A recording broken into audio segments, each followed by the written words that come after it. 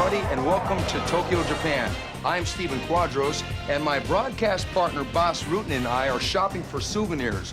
We're here at the Tokyo Dome, the home of the Yomiuri Giants. You know, the Giants are the winningest team in baseball history here in Japan, sort of like the New York Yankees of Japan. But this building, the Tokyo Dome, epitomizes that winning spirit. Mike Tyson fought here. George Foreman fought here, and many others. That's why this is the perfect venue for tonight's show, Pride Championship Chaos, because we are going to give away 2 new championship belts. The first is for the middleweight title belt. Sakuraba, Wanderlei, both want this title bad. Who's going to wear this belt at the end of the evening? I don't know, but I think that Antonio Nogueira and Heath Herring have been dreaming about this belt around their waist. But who's going to wear it tonight? It's the night that the whole martial art world has been waiting for, when Pride is going to crown not 1, but 2 new champions. The World Chaos, translated into Japanese, means Ran, which translated literally means disorder, and that's what we're going to have tonight. Total disorder, where the top stars in the sport will put their reputations and careers on the line. Can Sakuraba stand up to the strength of Wanderlei? Can Heath Herring, who destroyed Mark Kerr, beat down Antonio Nogueira? Now, let me tell you, Stephen, you want to talk about chaos. The whole country of Japan is in an uproar about these fights. I mean, you know martial arts is very big here, and the newspapers will fill with stories about this event. And feel it, you can feel the energy of the people here. Everybody wants to see the fights tonight. Everybody is ready, and they're going to be not only the 2 special matches, the championship belts, there are also going to be 10, count them, 10 heavyweights on this card. So that means that whoever's going to win this fight, there's going to be a line of tough guys ready to take them on. You know, boss, in America, we're always interested in champions. We want to know who's number 1. Chiban. Yes. And tonight, we're going to find that out 2 times. Because we got Sakuraba facing Wanderlei, but you know, Sakuraba is the hero here. He's the Zen master. But Wanderlei is the monster of the weight division. Then we got Heath Herring, and he's going to really try and beat down Antonio Nogueira. That is going to be a tough fight. Also on our card, we have a list of fighters that's going to blow you away, including the return of Enzo Gracie, Quinton Rampage Jackson, Igor Vovchanchyn faces the very tough Mario Sperry, and in our double main event, Heath, Texas Crazy Horse Herring versus Antonio Rodrigo Minotauro Nogueira, and Kazushi Sakuraba versus the Axe Murderer, Wanderlei Silva. Well, that's our card, boss. I think we got to check out. Let's go check out. Sumimasen. Yeah. Check out, please. Konnichiwa. 20,000 yen. But this is like 8,000 yen. I said 20,000 yen. Give him the money. Okay. Jesus. Man, this guy. Isn't that Quinton Jackson? I think so.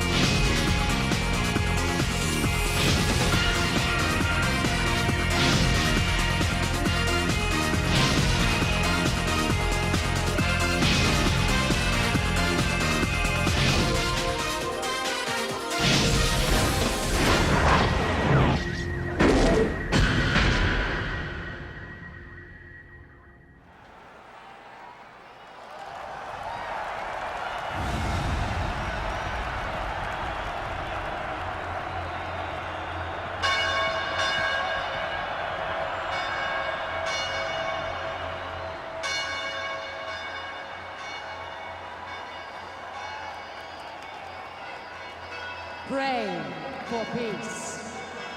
Pray for life.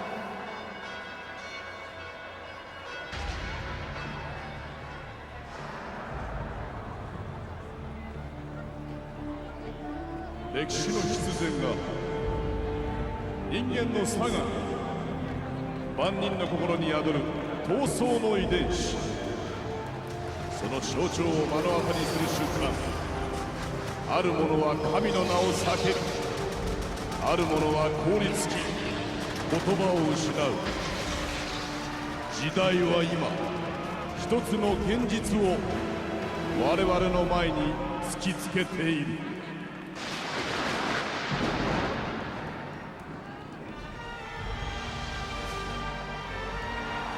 今ここに集まりし男たち、この男は遠く海を越えて北の大地から、そしてこの男は遥か南方の大陸から、自らが命を授かった大地の証、その象徴である国旗を胸に海を越えて集まった戦士たち。例えば彼らは武器を手にしない、最も過酷なルールの中で戦うことを許された世界、プライド。 And now, the athletes present their nation's flag.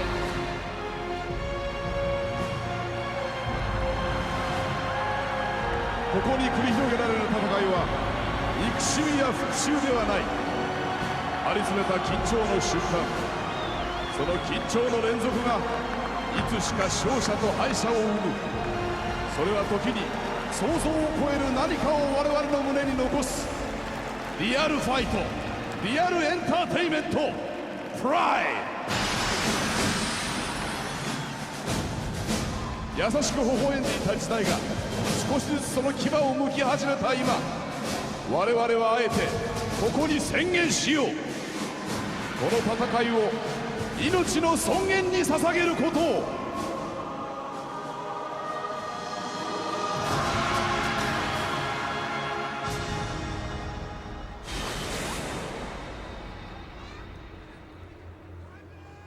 Now, with dignity and mutual respect, Pride 17 in Tokyo Dome!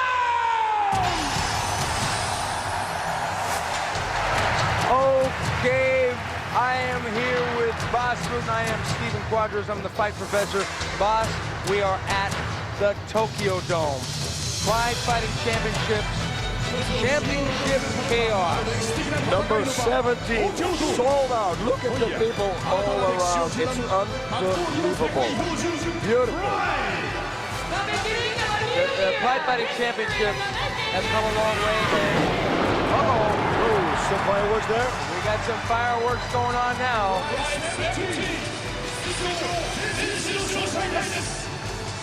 And there are the flags. The flags from all the countries, the fighters that are participating. Wow. People don't realize the size of the Tokyo Dome. It's like a little city in here. Yeah, the best is to describe the people at home that they do baseball in this field. They do baseball and other racing, you told me. Absolutely. Isn't that unbelievable? Indoor. And here is the Japanese superstar Masaki Satake charging in. And there he is, Heath, the crazy Texas horse Herring.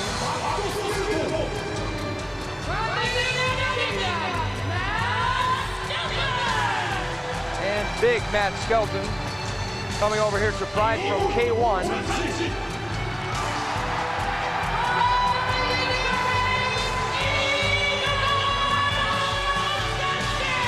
The crowd loves Igor Vovchanchyn here. Mario Sperry from Brazil.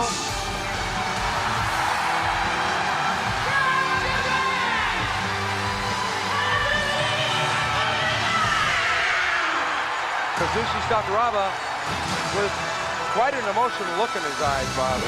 Yeah, hey, oh my God, he's facing Wanderlei Silva. My God, I would be nervous too. They all line up right in front of that American flag, and here on the other side of the bracket comes big bad Quinton Jackson.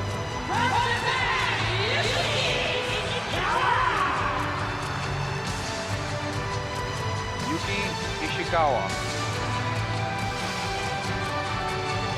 He's going to be fighting Quinton Jackson tonight.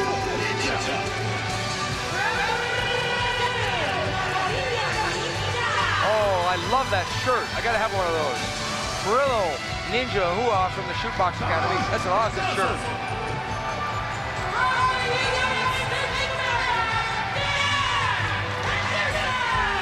Dan Henderson, one of the roughest.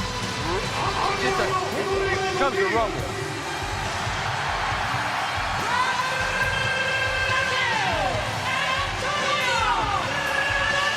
Antonio Nogueira, super good from the bottom on the guard.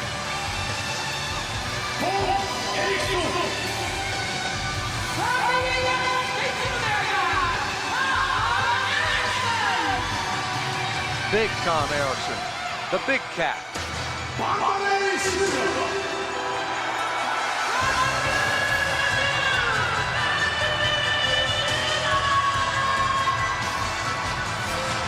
Popular pro wrestler here in Japan. And he's going to need it.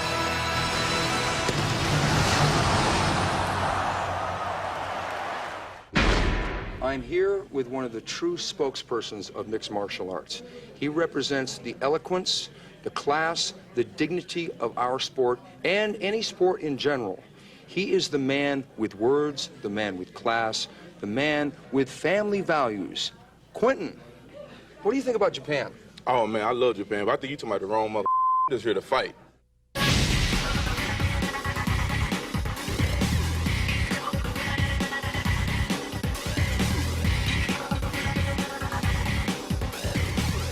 Okay, what do you think about the Japanese fans? Do they treat you right? Oh, man, they treat me so good. I get presents. One dude made my T-shirt. Man, but they come knock on my door 3 o'clock in the morning when me sign autographs. No, Japanese fans got to stop. If the world were devoid of cursing, what would you say? You're fighting a Japanese pro wrestler. Now, he's from Battle Arts, and you're familiar with him a little bit because you fought a friend of his in your last fight, Alexander Otsuka. Now, what happened in that fight? Man, I him up, man. I kicked his butt, man. You know, he came out there. I guess he thought I was gonna be like when I fought Sakuraba, you know, a 2 weeks notice fight. You know, no cardio, nothing like that. You know, I ring his bell. You know, I embarrassed him, and then his friend want to get revenge, want to challenge me. I want to beat him like he's a goddamn something. I'm finna serve this.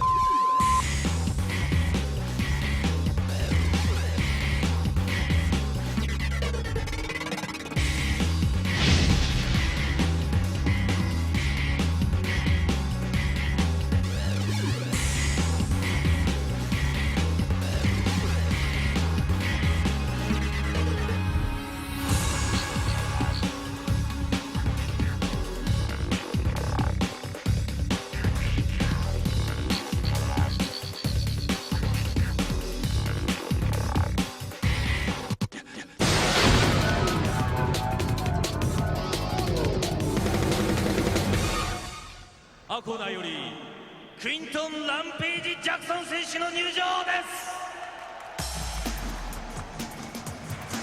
す。 Now, this fight, I would be willing to bet money will not be boring. We've got Quinton Jackson, Rampage, coming into the ring against Yuki Ishikawa. Now, both these guys have quite personalities, don't they?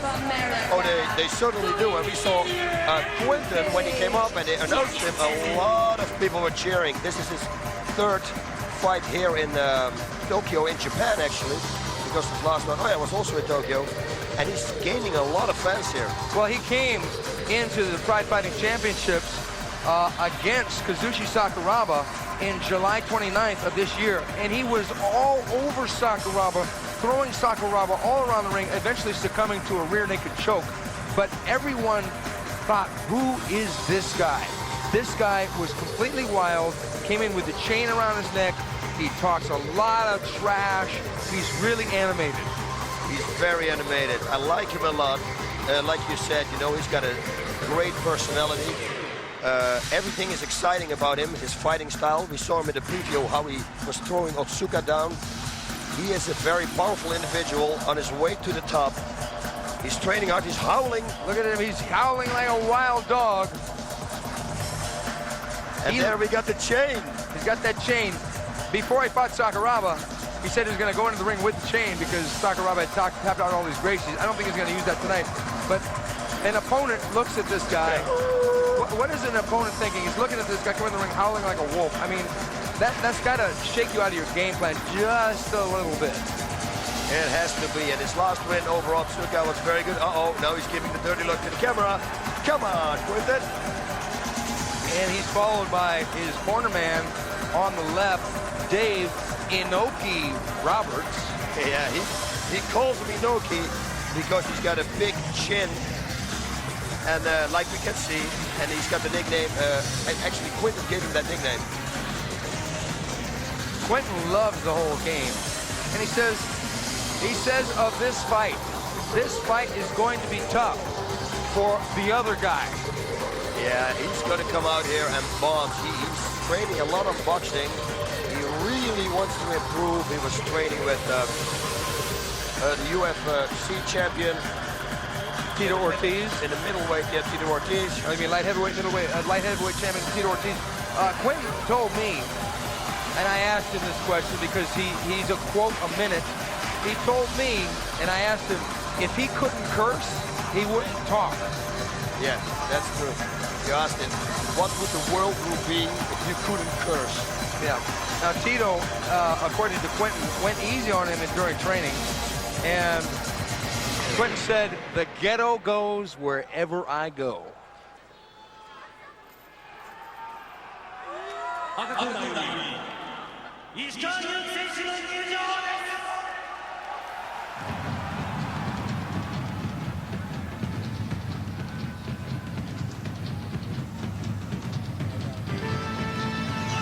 And here we go, Ishikawa. Okay, Yuki Ishikawa comes from the Battle Arts Pro Wrestling outfit, of which Quinton just fought in. And it was not a pro wrestling fight, it was a shoot fight. He fought a friend of Ishikawa, Quinton did, and beat him up and TKO'd Alexander Otsuka. So Ishikawa may have personal reasons for this fight. Yep, and we don't know anything of Ishikawa. Yeah, except pro wrestling, of course. Well, we do know that he was 2.5 years fighting in the Shuto organization over here in Japan. And he also fought in a karate tournament against Masaki Satake and was KO'd by a high kick. Yeah, and he actually, he said he did it after 2 months training, and he didn't want to fight that tournament, but he actually won his first fight, but then he got Satake, yeah, who is a master in Kyokushin karate. Yeah, and there he got KO'd. Well, I must give you all due respect, boss, because Ishikawa said that he trained with you, and he said that he was like a baby next to you. Yeah, we rolled around. We trained like 4 times. I gave him some directions where he should go because you can't change anybody in 4 times training. And it was a light workout. He's got a lot of heart. That's one thing I can say for sure. Okay, if Michiyoshi Ohara was the Ohara from Enter the Dragon, this guy's got to be Bolo from Enter the Dragon. He's got to be Bolo. Yeah, yeah. He's Bolo. He's Bolo, so he's probably thinking in his mind that I will find someone for you to fight. Bolo! Oh, we're going to do the line thing again now, huh? He said that Quinton is the bad guy because this is Japan. And of course, he's Japanese, so Quinton's going to be the bad guy. He is the owner and president of the Battle Arts Pro Wrestling Organization. In the ring, Yuki Ishikawa, looking right across the ring, straight at Quinton. And quite relaxed, actually, I have to say.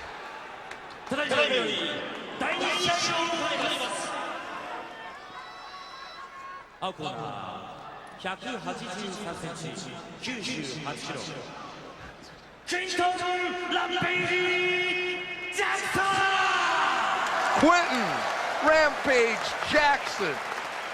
I think he got a little edge there. We can't see it on camera, thank God. But he did the Michael Jackson move quite a few times here. Or was that the Madonna move? Madonna does it too. Okay, Yuki Ishikawa, he looks like he wants straight at Quinton Jackson, but I think this is going to be, he's going to want a detour rather than going straight at Quinton, because Quinton is all about rage, he's all about rampage, and he's kind of a one-man wrecking crew. Man, and for sure we're going to see some slams. Quinton loves that body slam. He's going to try and pick up Ishikawa and slam him to the mat. Ishikawa outweigh, actually they're right around the same weight. Ishikawa looks happy to take this fight. Oh, this is going to be a good one. This is going to be a good one. Jackson versus Ishikawa. Ishikawa with the right hand. Ishikawa getting rocked. Ishikawa getting rocked again. Jackson with the right hand. Jackson pounding away here. Jackson with the uppercut. Ishikawa took those shots. Jackson going for the body slam. Wow. Like you said, it keep going. Oh, an exciting fight. We knew this was going to be exciting. We didn't know it was going to be this exciting. Quinton came out throwing bombs. Ishikawa fired back. Not too good of an idea. Jackson rocked him, but Ishikawa didn't get knocked out, didn't even get dazed. Ishikawa stacking back up, going up. Quinton should throw that knee. Oh, he's going to do a pile driver? No way. Please. Oh, yeah, he will do it. He's got a leg. Quinton trying for a pile driver. This is hilarious. Quinton tries everything he can. Knee to the head. Quinton should just throw the knee here. It's like I said before, I train, he's got a lot of heart. You saw taking these shots, he's got a lot of heart. Every time he was real tired, Ishikawa, he kept going, so. Oh, big knee there by Jackson! Big knee by Jackson! It looks like, wait, what's wrong? Top of the head. I think it was the top of the head. The top of the head? Yep, top of the head. I guess, that's not allowed. Yes, it is. It's not. It's not allowed. Okay, yeah, he got him behind the head, evidently. Ishikawa must have tucked his head forward. Jackson was throwing it at the top of the head, which is legal, but he got him in the back of the head, so the referee restarted, gave Quinton a slight warning, and now Quinton has his back. Yeah, but Ishikawa got his hand strapped, so he can't do anything with it. Oh, that he can do. And that's a very smart thing to do, knees to the body. Quinton is just putting a beating on Ishikawa at the moment, and Ishikawa standing back up. He doesn't want to trade with Quinton. Oh, and he's going to get thrown again. Quinton should go low, grab the leg. Whoa. Quinton might want to underhook. Oh, beautiful left hand! He's knocked out Ishikawa. Quinton Jackson coming out, rumbling in the first round. Ishikawa leaving it all on the mat, but Quinton getting the victory, knocking out Yuki Ishikawa. Yep, excitement. His third fight, although he lost his first one, it was exciting too, and here we go again. What was the time? Okay, it was 1 minute 52 seconds. Quinton Jackson winning with a huge left hand and leaving Ishikawa helpless on the mat. The referee coming in to his mercy. What a tremendous fight. It took two guys. It took Ishikawa to come out there and want to fight with Quinton. He could have come out there and held on to him, but he didn't. Oh no, he went for it. Came right in with the right straight. That was exactly what I taught him. But Quinton working a lot on boxing, doing real good, took a few slams. Okay, here we go. We can probably show the whole fight here. Jackson eating the left hand. Jackson throwing that right hand. Jackson banging away with the punches. Throwing that uppercut with the knees. Jackson with a beautiful uppercut there. Ishikawa really not having the tools to ward off the attack. Jackson with the slam there into the side mount. And Jackson hurting him again with beautiful right hand. And doubling up on the uppercuts. That's a rerun again. Oh, yeah, here we go. Yeah, he's going to go same slam. Yep, they're looping it. They're looping the fight now. The knees to the body was also very... This looks like this might be the end of the fight. Jackson with the knee to the body, right hand, and left hook right on the chin. It was a right-left combination, and it looked like Ishikawa made a signal to the referee he'd had enough. Because Jackson with a big right hand, he starts with a knee, then it was a left, right, left. It was a left knee, straight right, left hook combination. A beautiful stand-up combination, boss. Quinton Jackson has improved a lot. Oh, he surely did, and he really wants it. He wants more and more and more and more. We heard him in the interviews. No, he wants to go straight to the top. And he's got it all, baby. He's so funny. This guy's hilarious. I love this guy. In an interview, you know what? I think he's giving Gary Big Daddy Goodridge a run for king of the interview, because Quinton is a really funny interview too. Quinton Jackson in the house.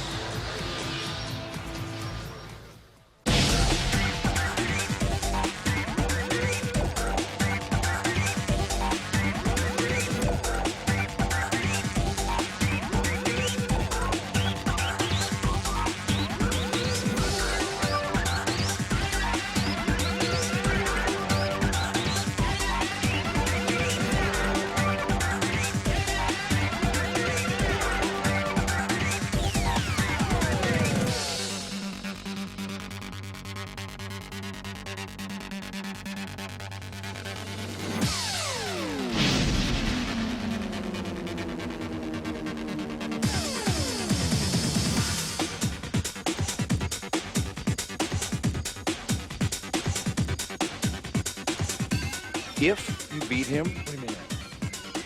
Yeah.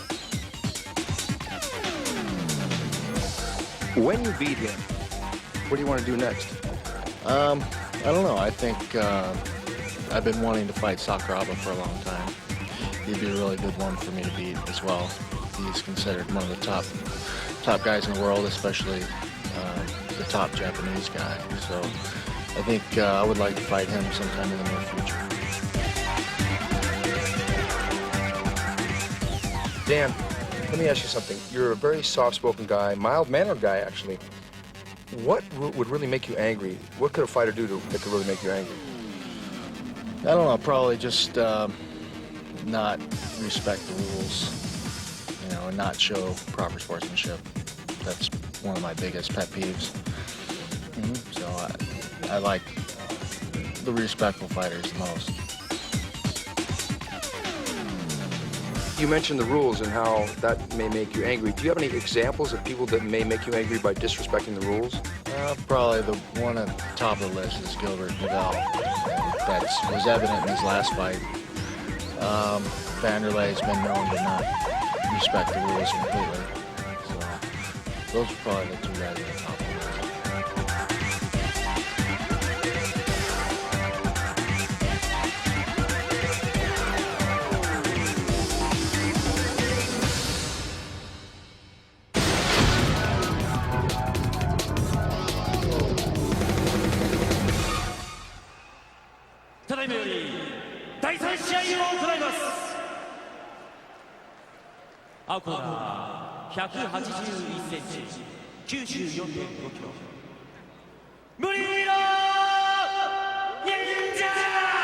Murillo Ninja Hua in the ring, focused, glad to be here, very excited.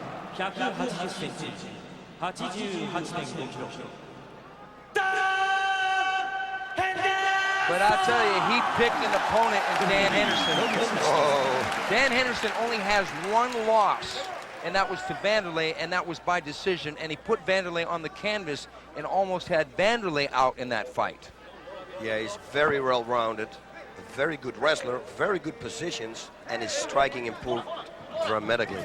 So I think that Ninja is going to come out like he shot out of a cannon again, but he doesn't want to walk right into that right hand of Dan Henderson. Ninja's ready to go. Look at him. He's ready to charge across the ring. And Dan throwing that right hand over the top. He flipped Ninja there and into the over-under clinch. This is where Dan Henderson wants Ninja, in this position. Dan coming from an illustrious Greco-Roman background. He can rough up an opponent from this position. His teammate, who couldn't be here tonight because he had to fight in the Ultimate Fighting Championship, won because of his striking ability, and a lot of these wrestlers are learning strikes. I'm talking about Randy Couture, and Dan Henderson has got a huge right hand, and Murillo doesn't want to taste that right hand too many times. yeah, Murillo's doing good now in protecting himself from the takedown, but I think sooner or later Dan is going to get the takedown in this position. Upper body, Greco. I would bet that Murillo actually did watch some tapes of Dan Henderson. He has to be. He would be really dumb if he wouldn't do it. So, I mean, it's a dangerous opponent. Look at this. Oh, what a beautiful takedown there by Dan Henderson in the side mount. A bad position for Murillo Ninja because Murillo getting back up and Dan throwing the knees. Oh, Dan pulling guard into a guillotine choke. But let's go. He's only got half of it. Now he had the arm in between. He had to let it go, which it was a very smart thing to do. Otherwise, he would have ended up in his guard. And Whoa! Murillo getting Dan down. Dan on the bottom now. Murillo driving for the takedown. That's something we haven't seen a lot. Dan on the bottom. Yeah, we don't see Dan Henderson get taken down too much.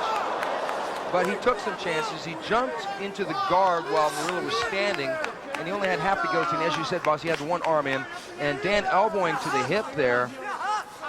Dan still got that arm loosely tied around Murillo's neck, but it's not going to be a factor. Murillo is one of the shootbox guys that's very good on the ground. He's submitted a number of opponents with rear naked choke and with armbar as well. All right, now, so let's see what's going to happen now. Yeah, first of all, he has to peel the hand off of Henderson, Henderson's left arm. And he can do it quite easy from here, from this position. And he should try to escape that half guard. Because right now, even though Henderson doesn't have... Okay, there we go. Exactly. Steinman. Oh, look at that. If the ropes weren't there, it's a big if, though. It's a big if. Yep. Oh, now he's out. Ah, but still. It would be good if they restart in the center of the ring. No, but they will probably be good now, too. Yeah, Dan's feet are getting caught up there in the rope. Oh, thank you, ref. He's hearing me. I got you. Okay, good. They're going to restart the fighters on the ground. And it's good because I think the referee saw that Dan was going for the turn, and then, yeah, he got stopped by the ropes. So it's a fair play. I think it's good. Fair call. And Ninja going right back into the half guard of Dan Henderson. And now Hans going to trap this right arm, I think, again from Ninja, and then twist him over. Go for that turn that he just did. Oh no, of course not. Half guard. Ninja fighting a lot more conservatively. Okay, now Ninja has got side control here. He's got side control, and Henderson could be in trouble if that left knee starts landing in his face. Now this is the half guard. This is the position that Dan just turned him, and he can do it again if he traps the right arm of Ninja, and then bridge with the right elbow on the hip and turn him. Okay, not now anymore. Okay, Ninja clearly in the side mount now. Dan Henderson on the bottom. Bridging up against the throat of Ninja, and Dan throwing some knees from the bottom, but Ninja has his right arm there to protect against the knee. A real good tactical battle so far on the ground. I expect one or the other of the guys are going to explode into a move here. Dan's probably going to try and reverse this position. Neither guy has really caught the other guy with a clean shot so far. Dan should try to do the same move he just did, where he turned him with, but then the ropes were there. He should try to do the same thing right now. And I believe he's going to do it right now. He's got it. He can do it. Because Ninja, Ninja got the mount now. Ninja's got the mounted position. This could be a problem for Dan Henderson. We're going to see, because Ninja is, like I said, he's a good grappler. I think Dan's got to keep him locked up tight, and Dan's got to try and explode one way or another when Ninja gets some distance. He's got to try and buck Ninja off of him and explode to the side. Oh, half guard. Ninja gave up the mounted position. Yeah, if your opponent who's on the bottom and you're in mounted position, there's not a lot you can do. If your opponent is holding you real tight, you can strike, you can't return. Now Ninja is really working a lot more than Henderson is right now. He's changing positions. He's changed from mount to half guard, and then now to side mount again. And he's grinding down. He's basically just trying to grind Dan Henderson in what is so far a jiu-jitsu match, a submission wrestling match. And he's doing it real good. He's going for the head with the knees. He's pushing the head from Dan backwards with the elbow. It's a perfect game plan. I think that Ninja may have a lot of respect for Dan's striking ability. Otherwise, he might just try and stand back up. But he doesn't seem to want to do that. He seems to want to grapple with Dan. But he's in a good position. Right now, he's very dominant. He's dead, the knees to the head. He connects a few times now. He just connected also with the left knee to the body. Now, he should make more. those knees are being blocked by Dan's arm, but still he's taking the impact of the knees on the arm, and that could be a factor when they're standing. Yeah, again, I'm coming again. Dan should trap Ninja's right arm, put his right elbow on his hip, and turn him over. That could be a turn right there now. Ninja trying various hip positions, but doesn't seem to be working toward a submission at this point. He just seems to be trying to out-wrestle Dan, and he's doing a good job of just that. He's doing a real good job. Would have thought this. But, hey, the fight's not over yet. And we know Dan. He's been in bad situations and made phenomenal comebacks. Yes, he has, because Wanderlei came out and knocked him down within seconds of their fight, and then Dan turned the tables on Wanderlei in the same round and had him on the deck. Oh, that was a good knee. And again, he's the reigning knees. Ooh.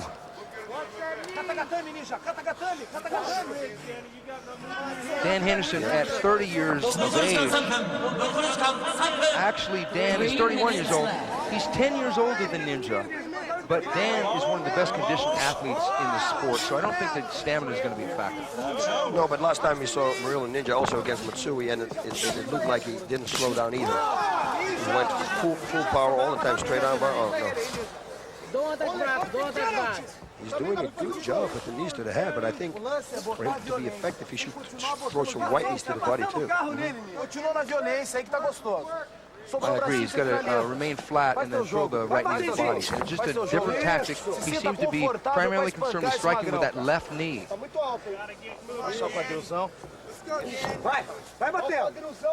Yep, Henderson putting a few knees back in his kicking area. Murilo, but from that distance, he cannot really penetrate. Both men are very relaxed. Oh, he went for submission. Right, he looks like he's going for oh, good knee by Henderson from the bottom. Very nice. 2 minutes left in the fight. This could be an escape time. Oh, the sideshow coming up. It's been more toward Ninja, but Dan is still firing back Look, from the the side bottom. choke is coming up. Oh, you see? He's not going to side choke Dan, I don't believe. No, but he's working for it, that's for sure. Yeah, the thing is that Ninja is controlling the action. He's ahead in the round because he is initiating the attacks. He's the one changing position. Dan not in imminent trouble here of being submitted or struck.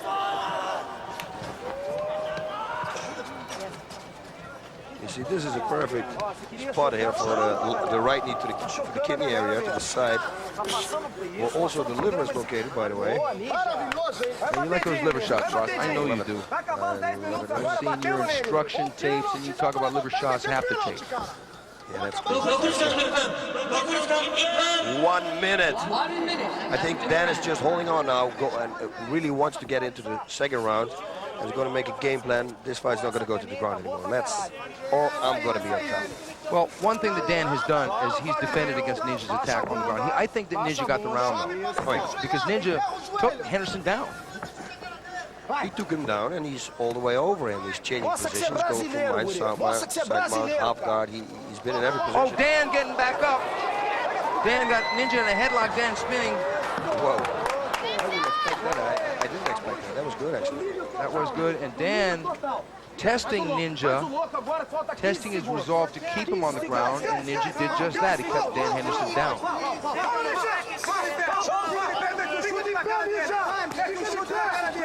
We've got mere seconds left in this, the first round of this highly anticipated duel. Oh! Well, now that was interesting because did the bell ring? The bell rang, but I think the bell rang on, he kicked on the bell, I think. Yeah, I guess it was, did he catch a yellow card? No. But it seemed like he kicked Dan out. Dan has got a problem with people that break rules, and I don't know that the fight was still happening, right? No, I don't know. We got a rerun, but in the rerun, unfortunately, we cannot hear the bell, so we don't know. But I think it was or on the same thing, or maybe a second later. So, and it's the heat of the moment, you know. I mean, it's not like a thing that he did on purpose.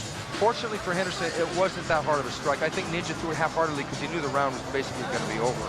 Yeah, no, actually, he kicked him with the lower part of the shin, and I think when we're going to see the rerun of it, It was a good kick. It was a good kick.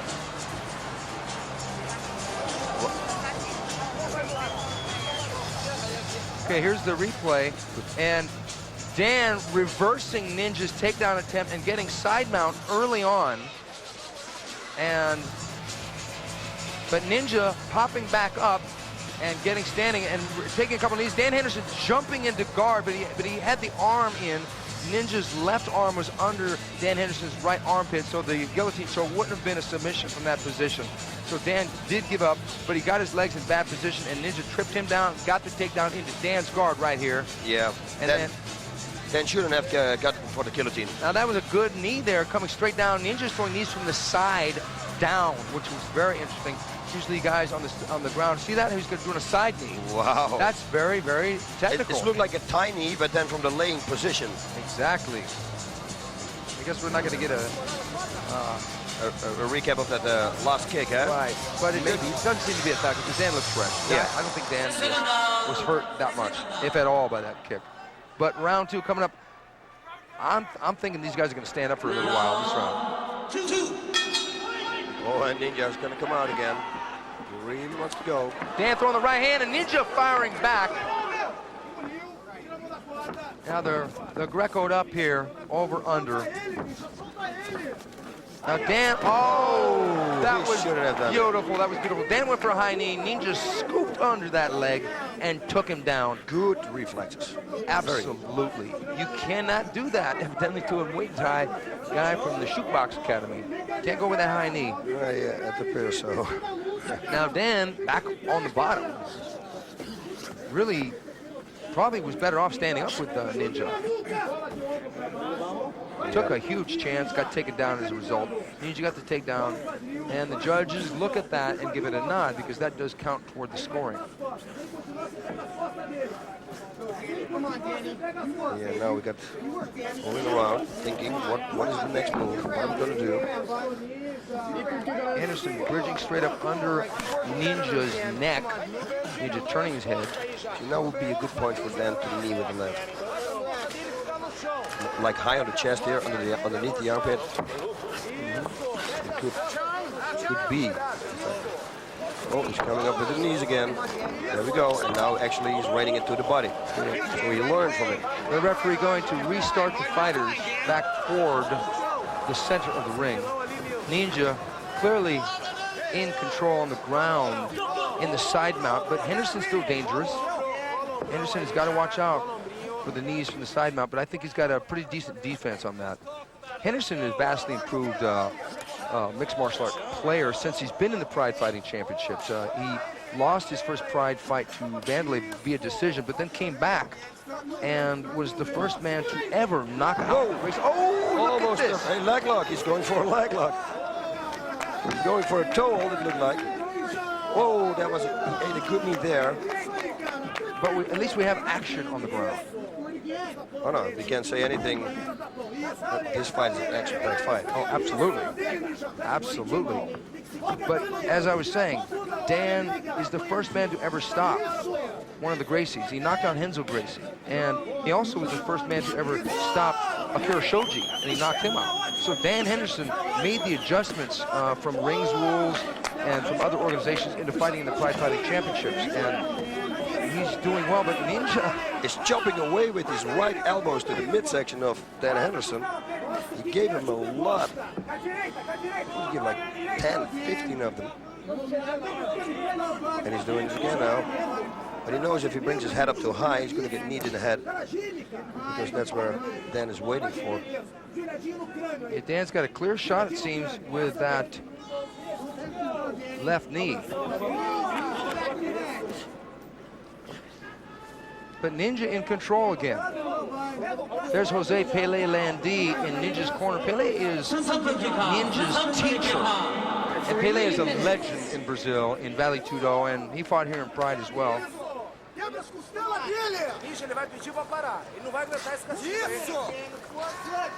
Yeah, it looks like this fight will stay on the ground now in this round. Let's see what round number 3 is going to have in petto for us. Well, I have to say that Ninja is not fighting with the Wild Abandon he did with Daijiro Matsui. I think he's got a little bit more respect for Henderson than he did Matsui. Yeah, I think if you go full power with a guy like Henderson, Henderson's going to escape the situation because he's a good wrestler. So you cannot really go for elbows all the way, from all the way up, all the way down, because then you create a hole which Henderson can use to escape.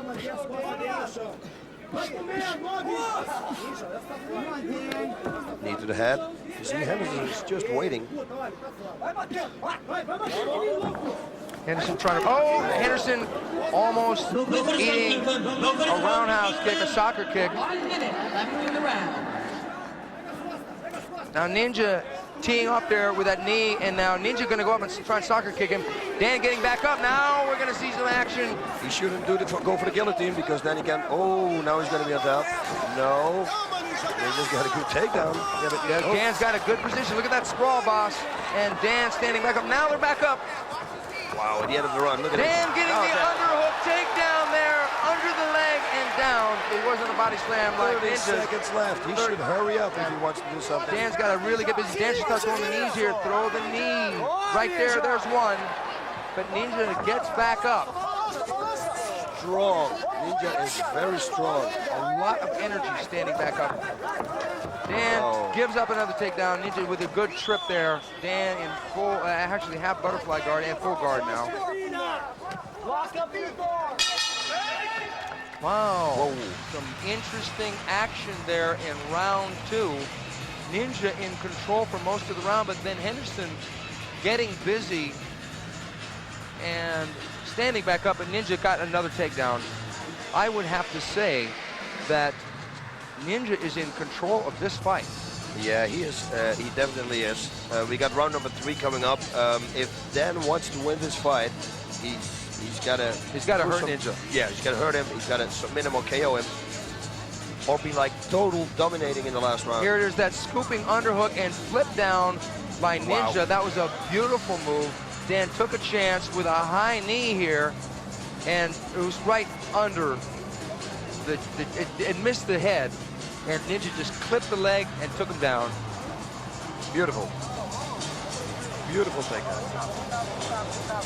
Yeah, man. These are people with good reflexes. You see nowadays it evolves so much. The fighters are so good. It's crazy. And a guy like this at 21 years old with this kind of skill, he can only go up from here. Yeah, listen, I started at 29 with my submissions.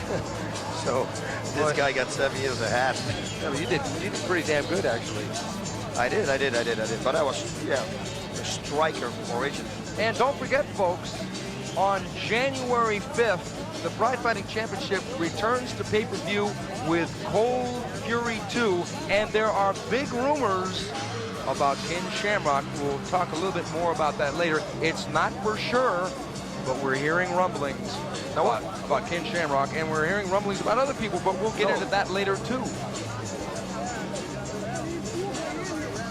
January 5th, Pride Fighting Championship Cold Fury 2. But tonight, we're already seeing some great fights, including Ninja pictured there against Dan Henderson. Pride Fighting Championships, Championship Chaos coming at you from Tokyo Dome. Stephen Quadros with Boss Rutten. Here we go, round 3. Ninja versus Dan Henderson. They touch gloves. Are we going to see a stand-up war in this round? There's the right hand by Henderson. Ninja got the underhook. Oh no, Henderson's got the underhook. Henderson seems to be getting tired here. If Henderson gives up another takedown, then I know that fatigue is starting to set in. Nice turn there. Ooh, in the groin. That was a knee in the groin. Oh, another knee in the groin. I think we're going to have a little stop here. We got a yellow card. Oh. In case you don't know, folks, you cannot knee below the belt in the Pride Fighting Championships. We do have rules here. Knees to the groin or punches to the groin, any kind of strike to the groin is not legal. We have other rules such as no headbutting. Obviously no biting. There's no elbows to the head. There's no punching behind the head. And Henderson will get up to 5 minutes. And here we go. Replay. It looks like a left knee right up the middle. And Henderson winced in pain. Then he took a body shot there. Yeah, the first one was a hit for sure. And the second one was in the same area, but trust me, once you're hit there, you don't want to get hit. Yeah, even when you have in the same area. A cup on, it still hurts because, well, to put it lightly, things can shift around down there. Yeah, you don't know what's going on there.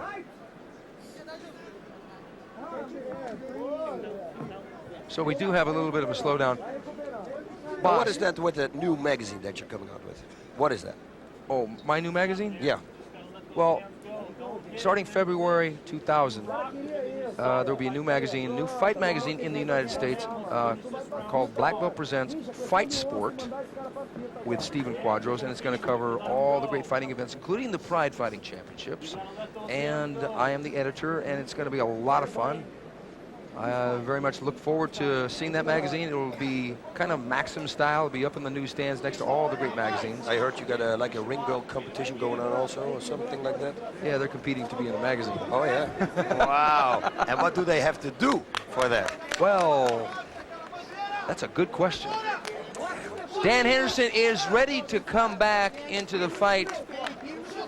And Ninja's corner is telling Ninja to kick.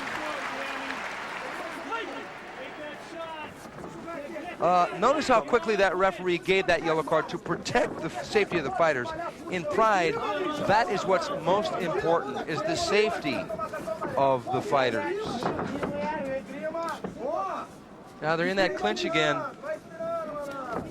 Dan Henderson getting a good judo hip turn takedown there. But I really don't think he wants to stay down with Ninja. He's on top finally. He's in the side mount. Ninja's already pushing his arm under. He's going to escape. There he goes. What a great escape. Going for a single there. Ninja is then kneeing. Not much on that knee. Another knee by Henderson. Now, are they going to trade punches? Will we see punches here, folks? Let's go. Let's let it hang out, Danny. Come on, Danny. Yeah, Dan has got to work. He's got to work, because otherwise he's not going to win the fight. No, he's got to hurt Ninja. He's got to really knock Ninja around and probably finish Ninja. He's got to finish Ninja to get the victory because Ninja seems to be ahead. Dan Henderson with a gorgeous takedown. Another hip throw. Judo is so hard when you're bare-chested, boss. Sweat is a factor. Oh, look at this. He's to the head again. But Ninja. Henderson with the uppercut. Ninja's mouthpiece is out. Another uppercut by Henderson. They're trading here. Henderson with a big punch. Henderson getting Ninja in trouble. Henderson's got a big right hand. Big right hand by Henderson. Henderson's got Ninja in trouble. Exactly what we said he needs. The crowd's really into this. Ninja needs to take Henderson down. Big knee coming up. No. Oh, he faked it. What a flurry by Dan Henderson. Henderson taking complete control with that big right hand and also a left hook. He's going to keep working. If he wants to win this fight, he's going to keep working. Push him away and keep going. He's not going to win a fight like this now. He's got to finish him. He's got to finish Ninja. This is going to be a tough call now for the referee, or for the judges. Although Ninja does have the first 2 rounds, but Ninja seems to be rocked here. He spit his mouthpiece out after one of those punches. Henderson should back up, start punching, and start unload. Just unload everything he's got. Dan Henderson exploding as we knew he would. Yep. Dan Henderson is dangerous. Okay, now this is not going to be good for Ninja. This is not going to be good for Ninja at all. Yeah, because Dan Henderson can knock him out right here. Oh, actually, it was that Henderson's mouthpiece. Right, it was Dan Henderson's mouthpiece. Ninja with a high kick, but it was a lazy high kick. Dan with a crushing right hand there. Ninja is in trouble here.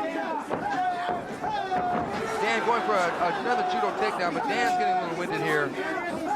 Dan needs to sneak that uppercut in, up against the rope, and a double leg takedown, but Dan on top. Dan needs to throw that knee now. He's got to throw that knee now. Okay, the referee's going to restart him closer. To the center of the ring, I guess.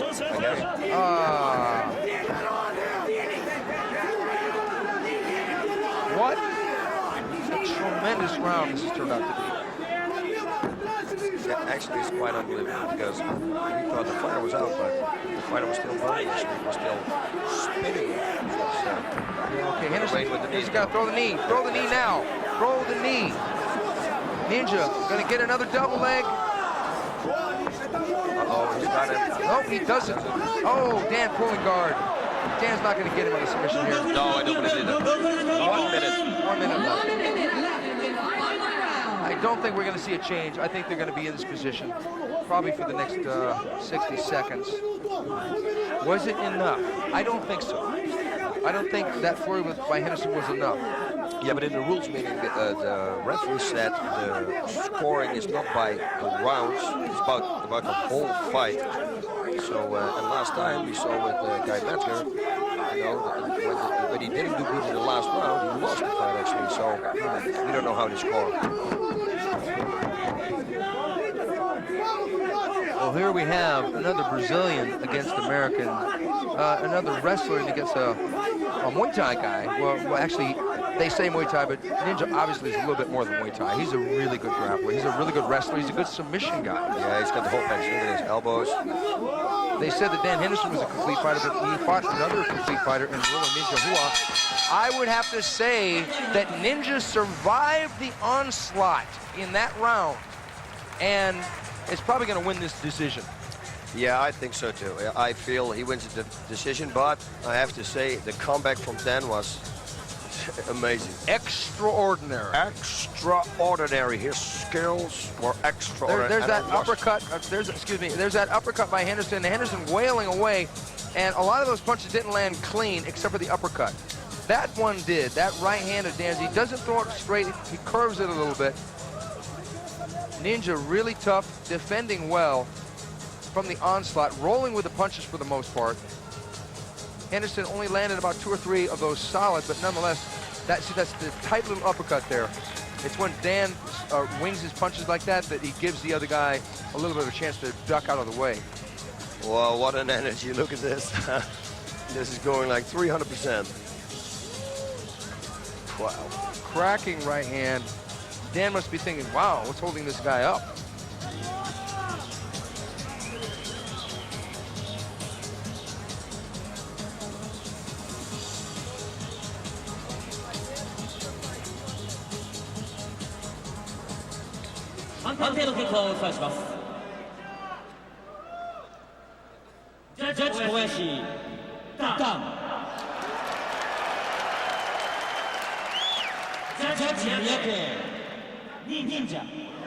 We're going to have a split decision here.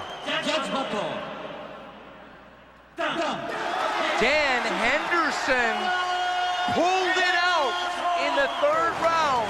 He pulled it out in the 3rd round. Henderson gets a split decision in a war over Willa Ninja Hua. And then they go to embrace. Ninja seems pretty disappointed in the decision. Yeah, you can say that again. But I guess, like I said before, the last time with Guy Metzger, it was exactly the same. Guy was dominating the first 2 rounds, and then his opponent had a great comeback in the 3rd round. That's why I said, you know, in the rules meeting that they said, Dan almost threw that t-shirt right in my face here. Okay, there's the knee, and here's Dan with the uppercuts, grinding away. Dan, it was the boxing that did it here as he unloaded on Ninja, and evidently the judges thought that was enough. At least 2 of them did, because one of them ruled it for Ninja. I would like to see a rematch of this fight. Yeah, this fight was a great fight. Look at this. To Ninja's credit, he didn't fold under that attack. He didn't go down.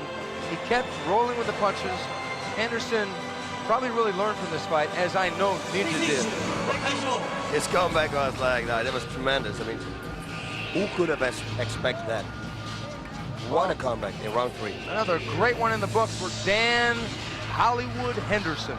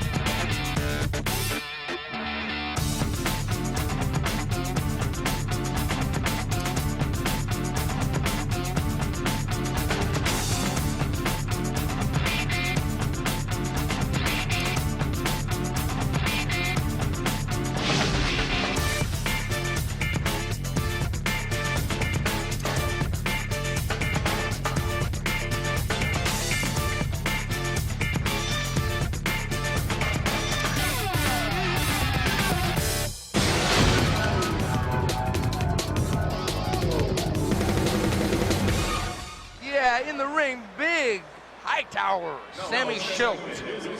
You know what, actually, they're both coming out of karate, full contact karate, now I think about it. And they're very good at it, both of them. Look at Satake, man, he looks so happy to be in there. ただいまより第4試合を行います。青コーナー185センチ、102.5キロ。佐竹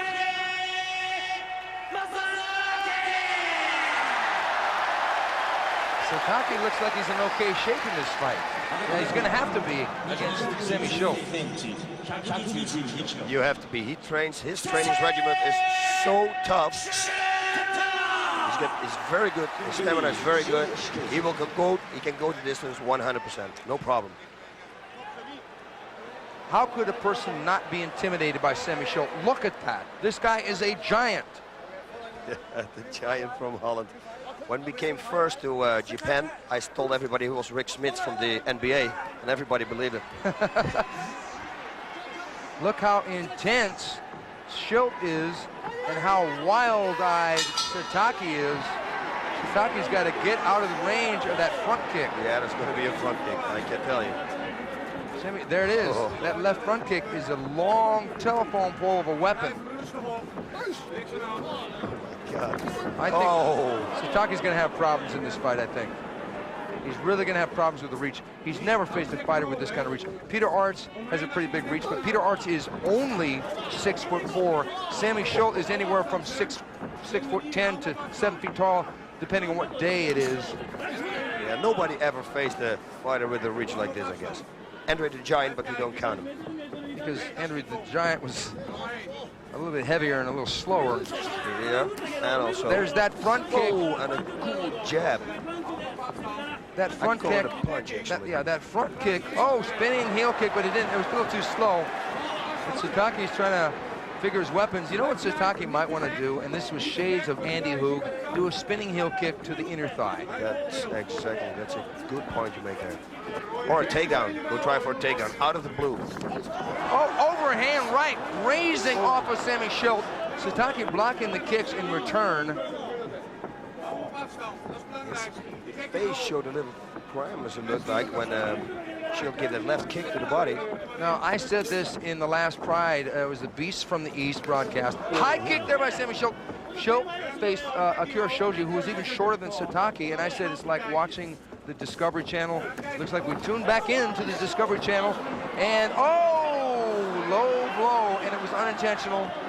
Unintentional, yeah. Ouch. It was a knee, and then the foot by accident hit the groin area. Unintentional. Satake is in a lot of pain.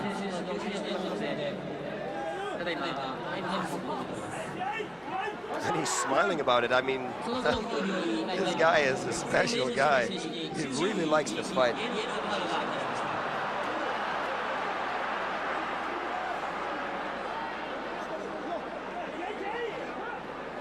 How many times in his life do you think Satake has ki-awed?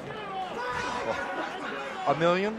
Let's not start at about it. It's same as counting the 10,000 pictures in that booth.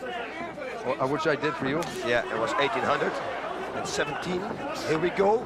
Good attack from Schilt again. But, whoa. But Satake doing the right thing and throwing the overhand looping punches. You don't want to throw straight punches against somebody like Schilt. You can't do it. You can't trade straight for straight because he's got too much of a reach advantage. And he's fast for a big guy. Yeah, he controls his body real well. Same as like the... Oh, that'd be a nice jab again. That left kick. Look, he's chopping him down. Yeah, he's chopping him down. Oh, Satake's in big trouble. The fight is over! It's over! Satake has been stopped. I tell you, it was the liver and one of the body shots. I saw it, man. He went down to the body, and then he came with the hands. Absolutely, boss. Perfect. Absolutely. Who can take that front kick? Yeah, we saw him, Pete Williams, eat that front kick in the Ultimate Fighting Championship, and he went down. It was 2 minutes, 18 seconds into round one, and it was a KO. Wow. Yeah, as a striker in NHB, to fight a guy like Sam Schilt's going to be very difficult. Trust me. You need to get the takedown on him. I completely agree. We've got some great strikers in the sport of mixed martial arts. We got Igor Vovchanchyn, Scott Gilbert. I will You've even got some people in the UFC, Pedro Hizzo, but here it is, boss. There's the low kick, and look at that leg go, bouncing. Oh, that jab rocked him. Now we go. Kick. Boom. Oh, right on the solar plexus. Oh, that was vicious. And chopping down with a chopping punch, but he was already out. It was that left jab, boss. Yeah, it was more of the body, I think. That was devastating, though. But that left jab, watch the reaction when he hits with the jab. Watch that. See that right there. Wow, that's some serious power. Oh, did you see those drill hammers he wanted to finish with the right straight?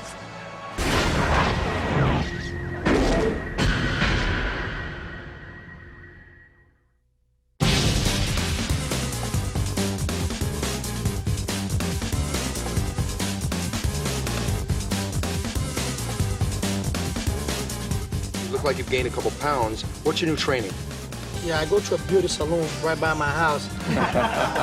But it's actually, I do a lot of strength training at Parisi School up in North Jersey, so it's been improving a lot. I gained like 10 pounds and I'm feeling great. Now, I understand that you're going to have a family affair in your corner. You're going to have your cousin, Hoist Gracie, is going to be cornering you. Give me the pleasure. Yes, okay, now, the honor to have him there. Now, Hoist, what does it mean to you to corner your cousin, Henzo? Nothing to teach him, man. He knows everything. He knows what he's doing. I'm just over there to serve him water.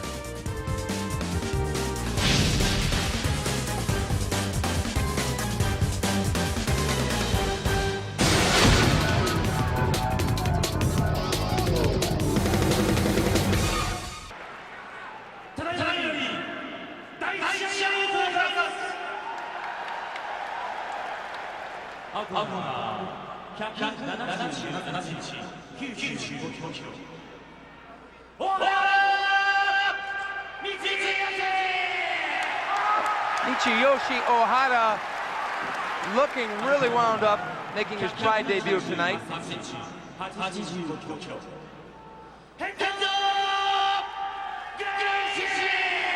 And Henzo Gracie coming in Pride. This will be his 6th time in Pride.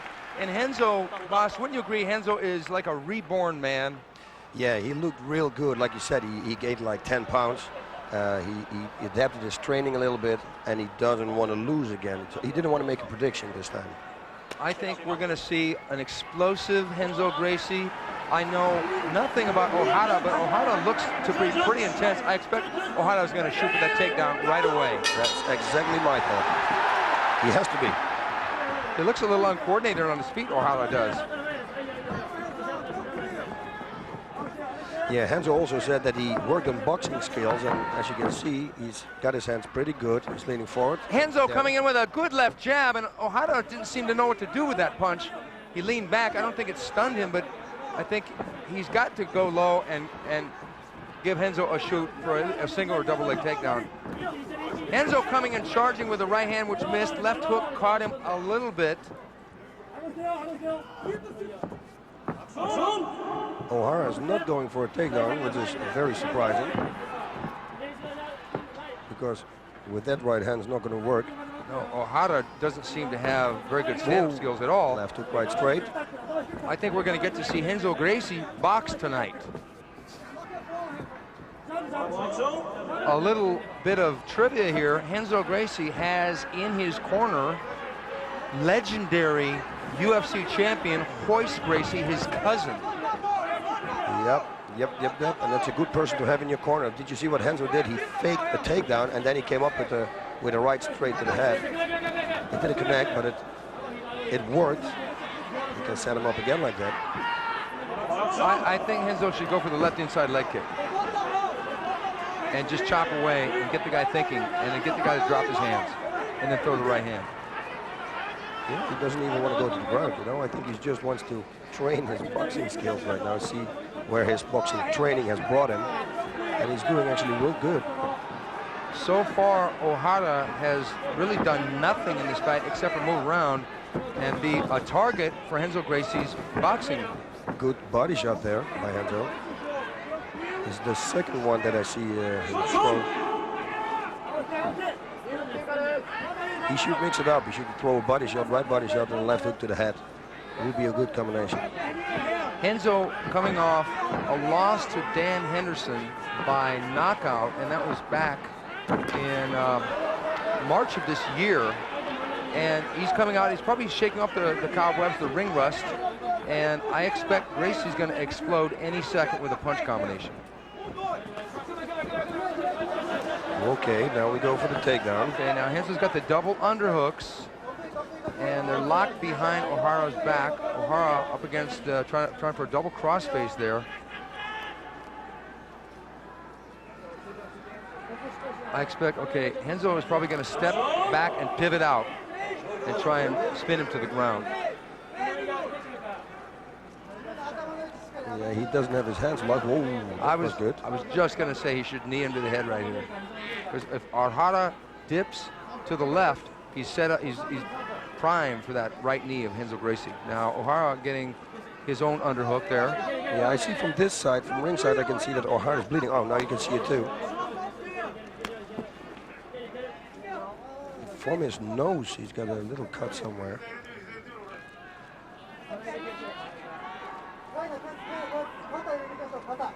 Okay, they're locked up against the ropes here.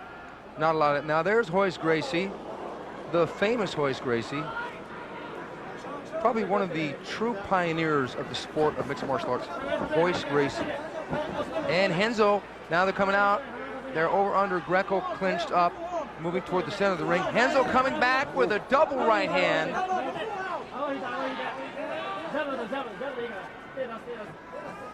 Yeah, now it's going to be a little bit more difficult to punch once you grappled a little bit, then you pulled, and now you have to use your triceps again. Biceps, triceps, it's not a good combination. Okay, Ohara finally throwing a strike, which landed with a right low kick there by Ichiyoshi. Ohara, nice. He came through there. He's probably going to suplex him like he did with Otsuka. I don't think he should, because Ohara outweighing him by about 20, 30 pounds. It would be a mistake. I've noticed one thing, that Ohara has a really nasty habit. Then when Henzo starts to punch, he sticks his chin up in the air and leans back. Very, very bad move. If Henzo catches him with a punch on the button, he could knock him out. Yeah, he already caught him also here in the corner. I thought it was going to be over, the begin of the end, but he survived.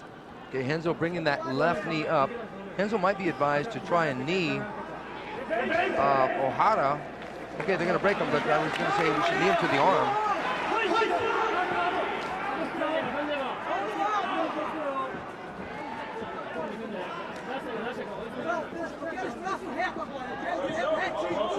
It seems to me that even though Henzo has picked up about 10 pounds in weight, boss, I think it's affected his speed a little bit.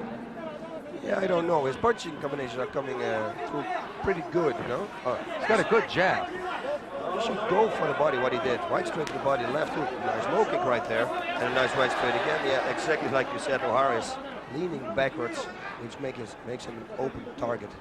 His jaw actually makes him an open target. And that's not where you want to get hit. Now Henzo's going to trip him to the mat. Some of the Gracie fighters like to get that double underhook. They squeeze the lower back and push forward with the shoulder and trip the leg, and then they get a takedown that way. I think he should stay on his feet. He's doing really well. So do I. I think that if Henzo got his hands free, he should step back and just start throwing straight punches. That's it. Don't lock up. Push him away. He's in the corner. And Sperry. That was a good knee. Nice. There you go. Now he should stay at this distance and just box. Just box. This guy seems willing to trade with him, but this guy, Henzo, needs to catch him when he's leaning back like that. It's almost like his reach is too short. When he leans back like that on the ropes, Henzo should throw the straight right to the solar plexus. He should go to the body. When the guy leans back like that, you should hit him in the body. Body shot. He will come forward and then the left hook. If he leans, like, if he starts to expect the body shot, throw the low kick. If he leans back, he's planted on both feet.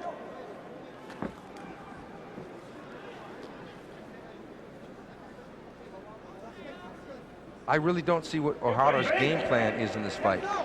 He has done almost nothing. And the referee is warning him. Yeah, probably because he's not fighting. Yeah, he's really not fighting. He's just basically, he hasn't tried a takedown. He hasn't tried a takedown. His punches have been so far off the mark. There's his second strike of the match, which landed. Henzo with a good right knee there. Popped Ohara's head straight up. And another right straight. Half a hook.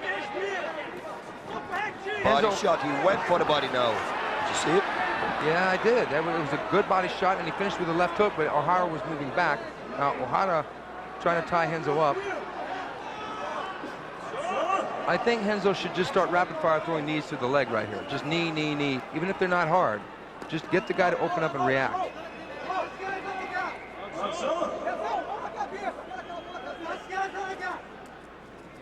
Henzo Gracie has been training with the Olympic bobsled team, and that's the reason why he gained the 10 pounds. He didn't gain the 10 pounds by lifting weights.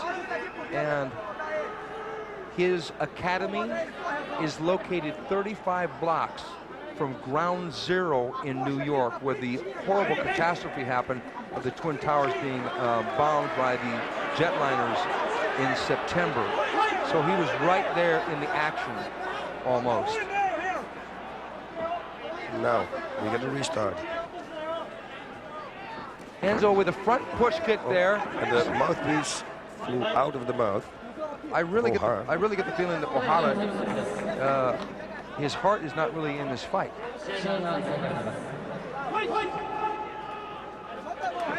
Gracie told us that his middle name is work, and he just finished a book, and it took 2 years. And he said that if he were to do it all over again, he may have reconsidered it because it took so long. Yeah, it's a lot of work. Oh, underhooks there. No, it's going to be the same thing that we've seen. Oh, here we go. Here we go. Ohara trying for a takedown. Henzo using good balance and a good base to avoid being taken down. Now,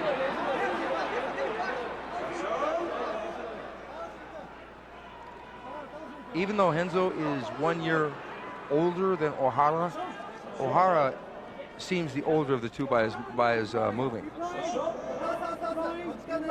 Yeah, what can I say? Maybe he's got a beard. Makes him look a bit older, maybe. I don't know. Maybe. But it's true what you say. Henzo's a younger looking guy. More fresh looking also. That's probably also a reason. It looks like he's not going to finish it in this round. But we see actually Ohara going now for a takedown, or trying to do something.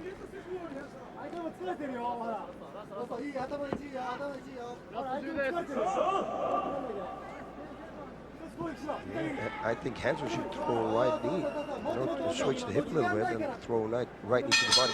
Yeah, okay, there's the end of round one. Now, for sure, Henzo won the round, but Ohara has really got to do something to try and get this fight. Otherwise, he's going to either get knocked out or low kicked or something. Yeah, he woke up a little bit at the end of the round. He tried to take Henzo down. Okay, he failed, but at least he tried. So maybe he's preserving his energy for the later rounds. Let's hope for that. Henzo Gracie is coming off an unfortunate series of defeats. He lost his last fight to Dan Henderson. His previous fight, he lost to submission master Kazushi Sakuraba. Now, Henzo punching away here, and Ohara turning his back. It's not a good thing to do. The referee's going to look at that and maybe think that the fighter doesn't want to fight. Now, see, he's sticking his chin up in the air and put his hand straight out. Ohara making some fundamental mistakes standing up against Henzo Gracie. Yeah, Henzo shouldn't have closed the distance right here. He should have stepped back, maybe right low kick again and right straight again. Stay away from him. Keep the right distance, the punching and the counter distance, and go full power. See, I push him away here. But hey, he will probably get the instructions and do it in round number 2. So with a little luck, yeah, well, it's going to be great. Besides coming off a series of losses, Henzo Gracie has had some outstanding wins in his career. He's beaten Maurice Smith by submission. He knocked out Oleg Taktarov, who was a UFC champion himself. And he beat a world boxing champion, James Waring, who was world cruiserweight boxing champion. He beat him with a submission also. So he's got the capability, mainly in the submission mode. I mean, he knocked out Oleg with a up kick in Brazil. But Henzo, being from the Brazilian Jiu-Jitsu tradition and also fighting extensively in Abu Dhabi, the submission wrestling event, is mainly probably going to go for a submission. Yeah, but we haven't seen a takedown from him yet. It's like he wants to stand up, but don't want to go to the ground. So he clinches, but he doesn't want to take it to the ground. Or maybe the wrestling skills. We can feel here the balance from Ohara, so maybe he's got a good balance. Well, because Renzo has had a good number of fights, he's experienced. He's not going to just rush right out there like some of these inexperienced people and go for a knockout or go for a quick submission, maybe make a mistake. He's being patient here, and now that right low kick, Ohara felt. Goes with a high kick. Oh, I thought, oh, nice. You see? Yeah, he's trying to take him down. Yeah, now Renzo's throwing a lot more power into his strikes. Yeah, I think the game plan of Renzo is throw him off with strikes and then go for that body lock and switch him to the ground, but it didn't work now. But now they're locked up in the corner. Same situation. The fight is developing into a pattern, but Renzo jerking back. I think when this fight goes to the ground, we're really going to see what Michiyoshi Ohara has. And if he doesn't have anything, he's going to get submitted. Oh, yeah, it's going to be straight armbar. Feeling straight armbar for sure. Okay, the first round was our 10-minute round, and the next two rounds in this 3-round fight are 5 minutes apiece. A total of 20 minutes time if they go the distance.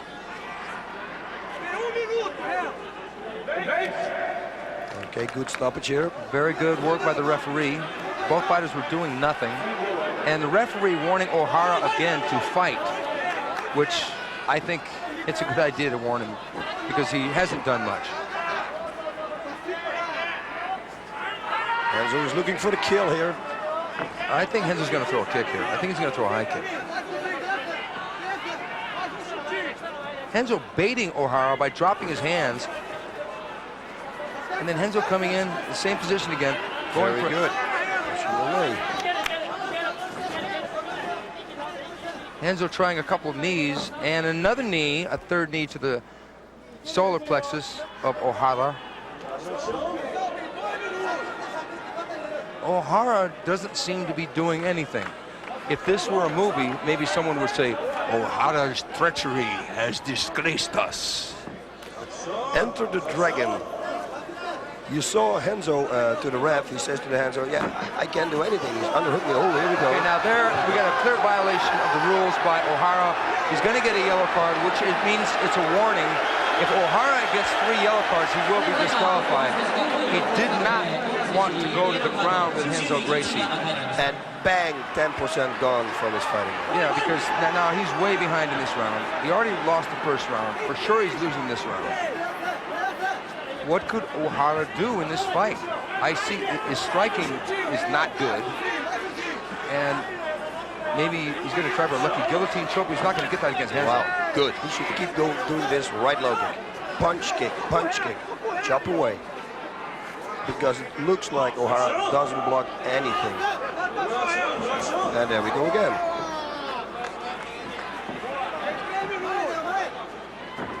Oh, nice. Front kick, a little low. Ohara at this point being reduced to the role of a punching bag in the corner. And Renzo picking his shots. Nice knee. There we go again. He hooked his hands, so it's going to be very difficult now for Renzo to throw him off. At least they go to the center of the ring. Nice knee there. At least Ohara is driving forward a little bit, but nonetheless, he's doing everything in his power to keep standing in this fight. But he's getting picked apart by Renzo's stand-up.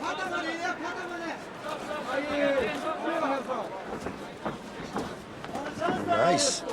Some good knees to the body. Those knees will take their toll later, but the fight is squeaking by here. We're in the middle, if not end, of the second round.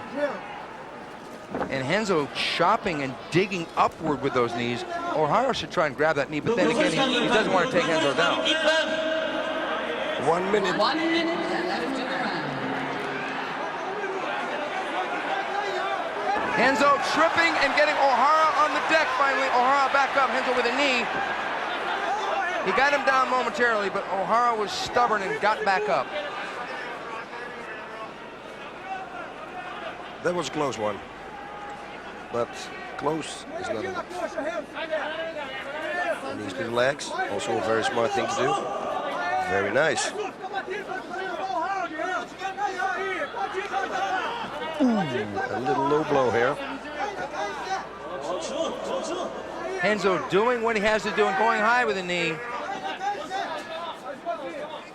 Ohara, again, doing virtually nothing but holding on to Gracie and weathering the striking storm and the takedown attempts. Now. Okay, now, Ohara is not doing anything, boss, in this fight. No, it's sad to see, but what can we do, you know? It looks like every time at the end of the round, he lifts a little bit up, he lights a little bit up and does a little bit, but for the rest, he's not doing anything. So I don't know where this fight's going to go. I know it's going to go for a victory for Henzo, but... Well, it seems pretty obvious that unless Ohara pulls a rabbit out of a hat, for sure he's going to lose this fight. Henzo coming in, and there's that low kick, and Ohara did nothing to block that kick, took the full impact, and didn't rush him, didn't try and take Henzo down. Henzo walking in, undefended, and just throwing punches, and Henzo with the trip and the takedown. Ohara gets to all fours and stacks back up and eats a good right knee there, right on the chin. Very nice. Very nice. Yeah, Henzo is doing a great job. It's just very difficult to fight a person like this, you know? If you fight somebody who doesn't really want to fight, it's very difficult to make a fight. I think Henzo should stay on the outside and just throw nothing but high kicks.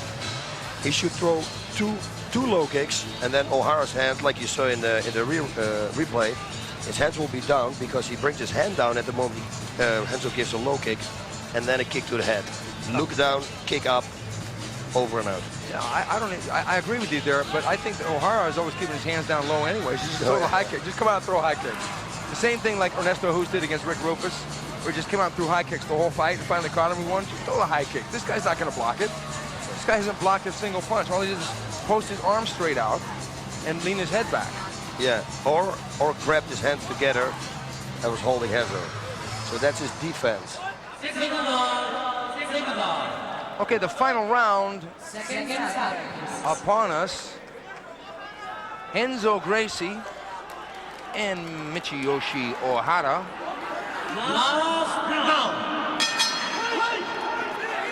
And they touch gloves. I would like to see Henzo just come out with a flurry and just keep punching and kicking and see if Ohara wanted to go for a takedown. Whoa, and that was a solid low kick. It was the shin right on the thigh of Ohara by Henzo Gracie. I have the feeling when he gives another low kick and then the high kick, it would be perfect. Look what Ohara does when he gets the right low kick. Henzo just, okay, Ohara now putting his hands up. Yeah, but if he kicks, he brings his hands down.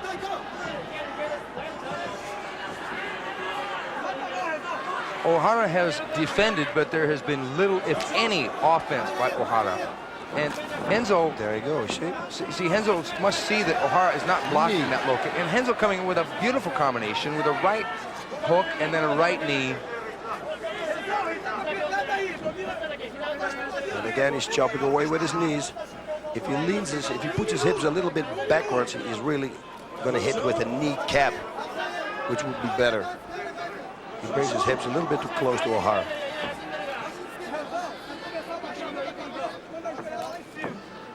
That was a solid right knee. But it's going to be hard to stop Ohara with knees to the body. He's got to either get the knee somewhere to the head or punch him to the head or get him on the ground. Do you think Henzo should try for a guillotine here, boss, if he can get unlocked? I don't know, because Ohara has the underhook under Henzo's left arm, so if he goes for a guillotine, you know, he might lose the position. But Ohara has a very loose grip. Henzo could try for the underhook. Wow, but I'm sure Henzo's got a game plan. Okay, we got a break. I'm glad because we're getting back into that pattern again. Oh, and a second yellow card for Ohara. Now, Ohara cannot afford a third one because he will lose via disqualification. But Ohara actually deserved that yellow card because he's doing nothing. Yeah, it's a shame. It's a shame. 11で失格となります。失礼しました。小原選手のみが11です。 Now, come on. Let's see something. We've got bobsled jiu-jitsu versus professional wrestling here at the Pride Fighting Championships. Another low kick by Renzo Gracie. And again, he brought his hands down.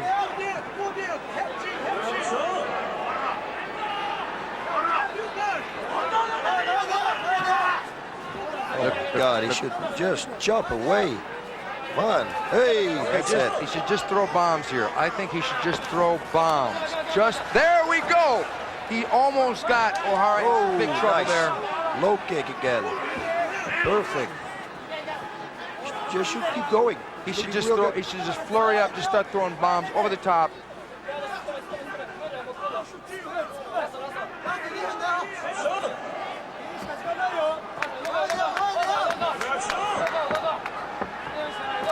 Nice. That was a stiff left. Very nice. Left hook there. Why does Ohara stick his chin up in the air like that? That could be disastrous. Renzo, it's a big F because he hasn't really done it, but caught him with a good left hook. Boy, this fight would be over. Yeah, not only that, he sticks his head up and he looks away. Like he really doesn't want to see the punch coming.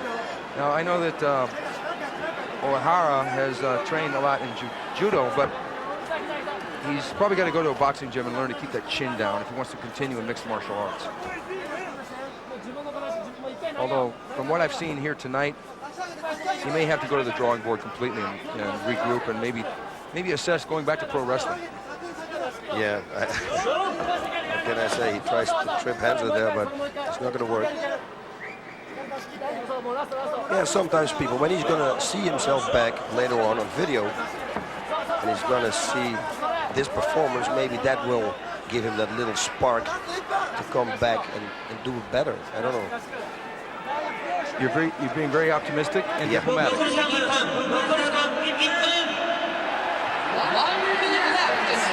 minute. What can happen in 1 minute? Hanzo should just push away and start raining bombs. Yes, he should. Full power. He really should, boss. Okay, they got another restart back in the center of the ring. We want to see some bombs here, folks. And Renzo coming in again. Ohara backing up again into the ropes. 30 seconds left. Renzo unloading with a good right hand. Landed right on the button. Now, Ohara can take a shot. Yeah, but he should push away, push away. And this is not going to be a knockout. We can say that pretty much for sure now.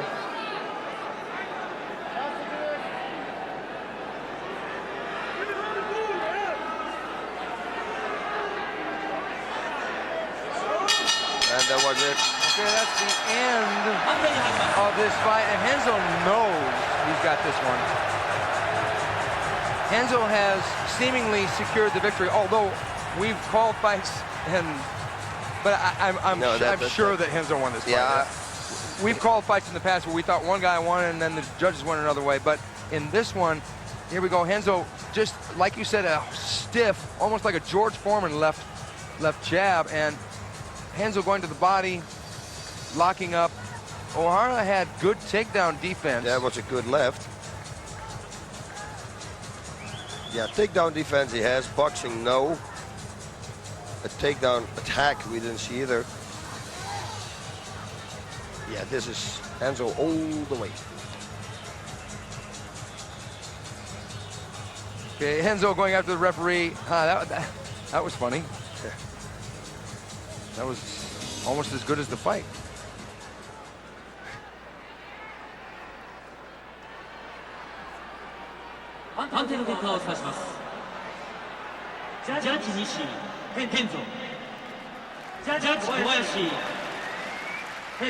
Oh, surprise, surprise. Renzo Gracie. Renzo Gracie, he's back. Personally, boss, I would like to see Renzo drop back down to about 185 because there's a whole new weight division down there at 185. Carrying on 190, to me, I think he was a little slower as a result. I mean, he got this win against Ohara, but I'd like to see Renzo fight lighter, personally. Yeah, maybe you're right there. Maybe you're right. Although his punching skills were good, he didn't finish. but the openings were good, and he should have gone for the body. Like you said, you know, when he leans back, go for a right straight to the body, and then follow it up with a left hook. But there's one thing about Renzo. Renzo has got charisma. Oh, yes, he has. Renzo is one of the nicest guys in this business, and he fights everyone. He's fought Sakuraba, Dan Henderson, Maurice Smith, Oleg Tatarov, and he's back. He's an asset to the sport. Welcome back, Renzo.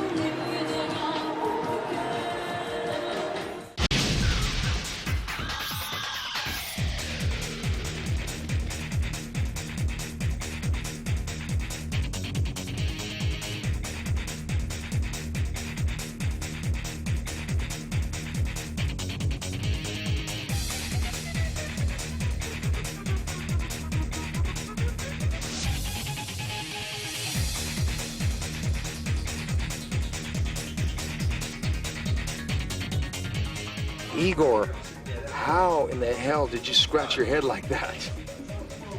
Как к черту тебе удалось так поцарапать? На последней тренировке. Случайно. It was accidentally during the last training with my sparring partner. Я не уезжал. Зубом. Somehow just on the very eve of my departure, very unfortunate. So I caught his tooth with my hand. Or his teeth, or maybe one tooth. It's difficult to say. It looks like one tooth. Okay, you mean like, like that? Oh, Хотел съесть меня. Wanted to beat me up.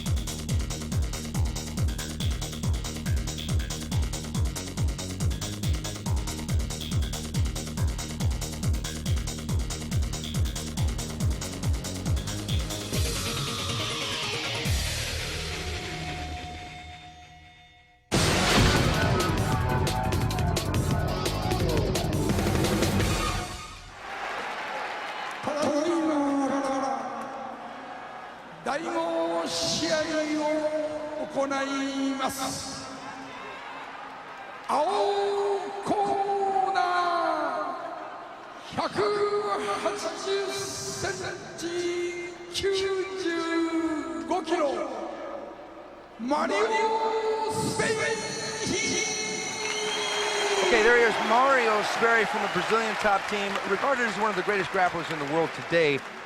But he has only had one mixed martial art fight in over 4 years, and it was a majority decision victory.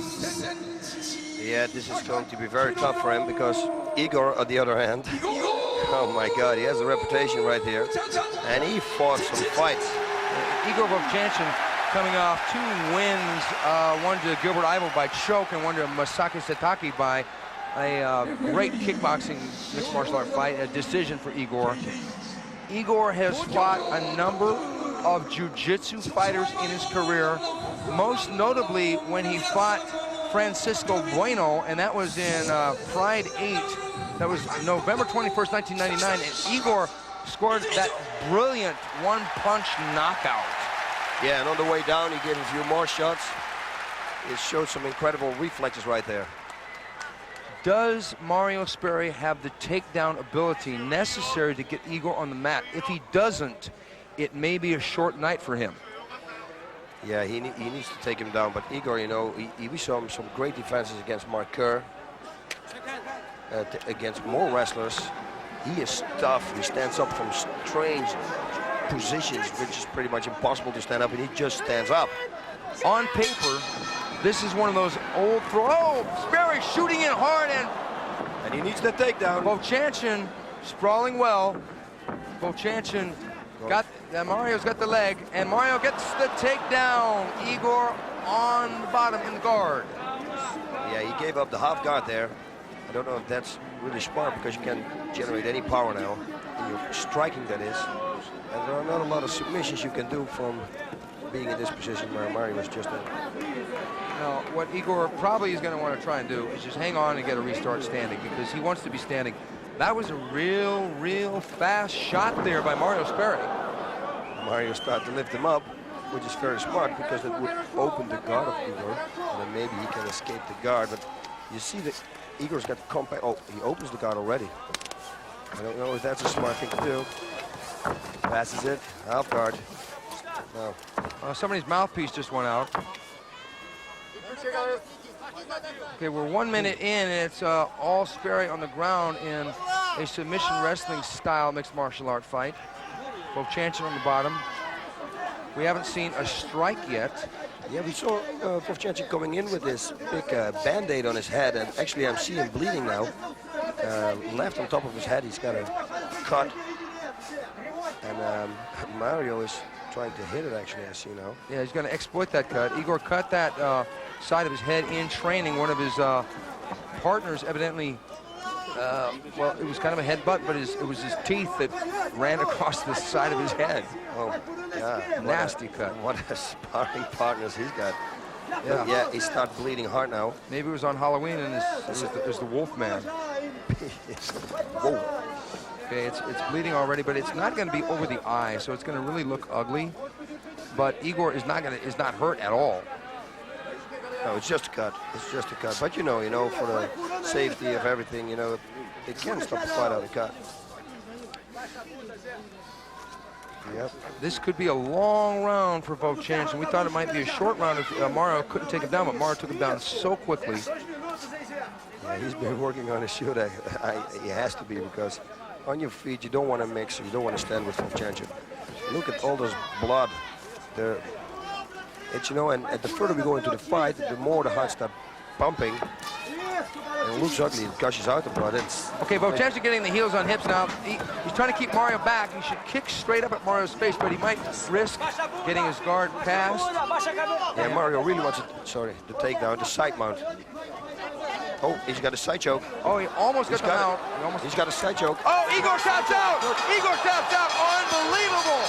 Mario Sperry taking care of business quick. Wow. Unbelievable. Igor Vovchanchyn submitted before halfway through the fight. Mario Sperry, now that's jiu-jitsu. Jiu-jitsu at his highest level. He saw it, took it, bang, over and out with. I think all the blood threw Vovchanchyn off a little bit. Mario Sperry, tremendous. What a good fight for him. What an impressive victory for Mario Sperry.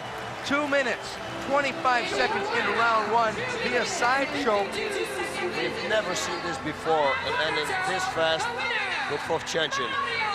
Vovchanchyn has only been submitted once, and that was from a chin in the eye, which is basically an illegal move.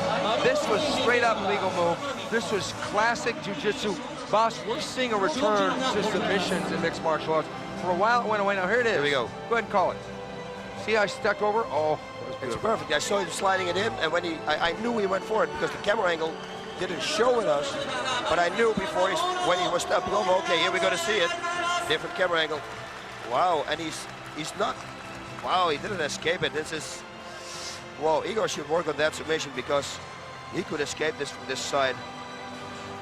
But hey, against a guy like Mario Sperry losing on submissions, I guess that's not a real bad thing.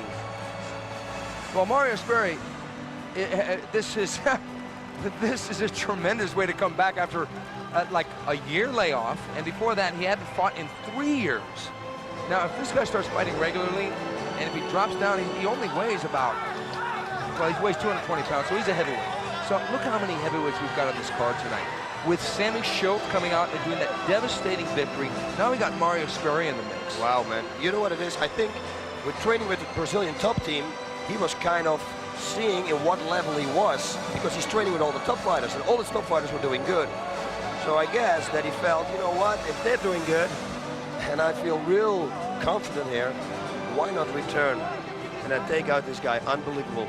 That, you know, he totally controlled that fight 100%. He made Igor fight his fight. He took Igor out of his game. He said that Bueno's mistake when Bueno got knocked out by Igor is that Bueno tried to box with Vovchanchyn. Now, Mario Sperry's been training with Muay Thai under Luis Alves, and he's been training in his boxing, but he didn't even want to try and play with that with Vovchanchyn. Smart move for Mario Sperry. Welcome to Pride, Mario.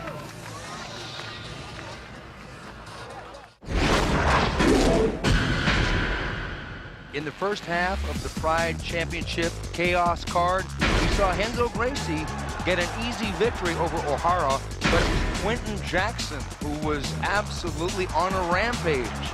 He was on the rampage, you can say. My God, he was going at it. Good takedown defense, then he took him down with that big slam, start raining his knees on the head, and he finished it up with punches. Beautiful. I think Quinton's gonna be back in Pride. Dan Henderson got a real tough split decision over Marilla Ninja.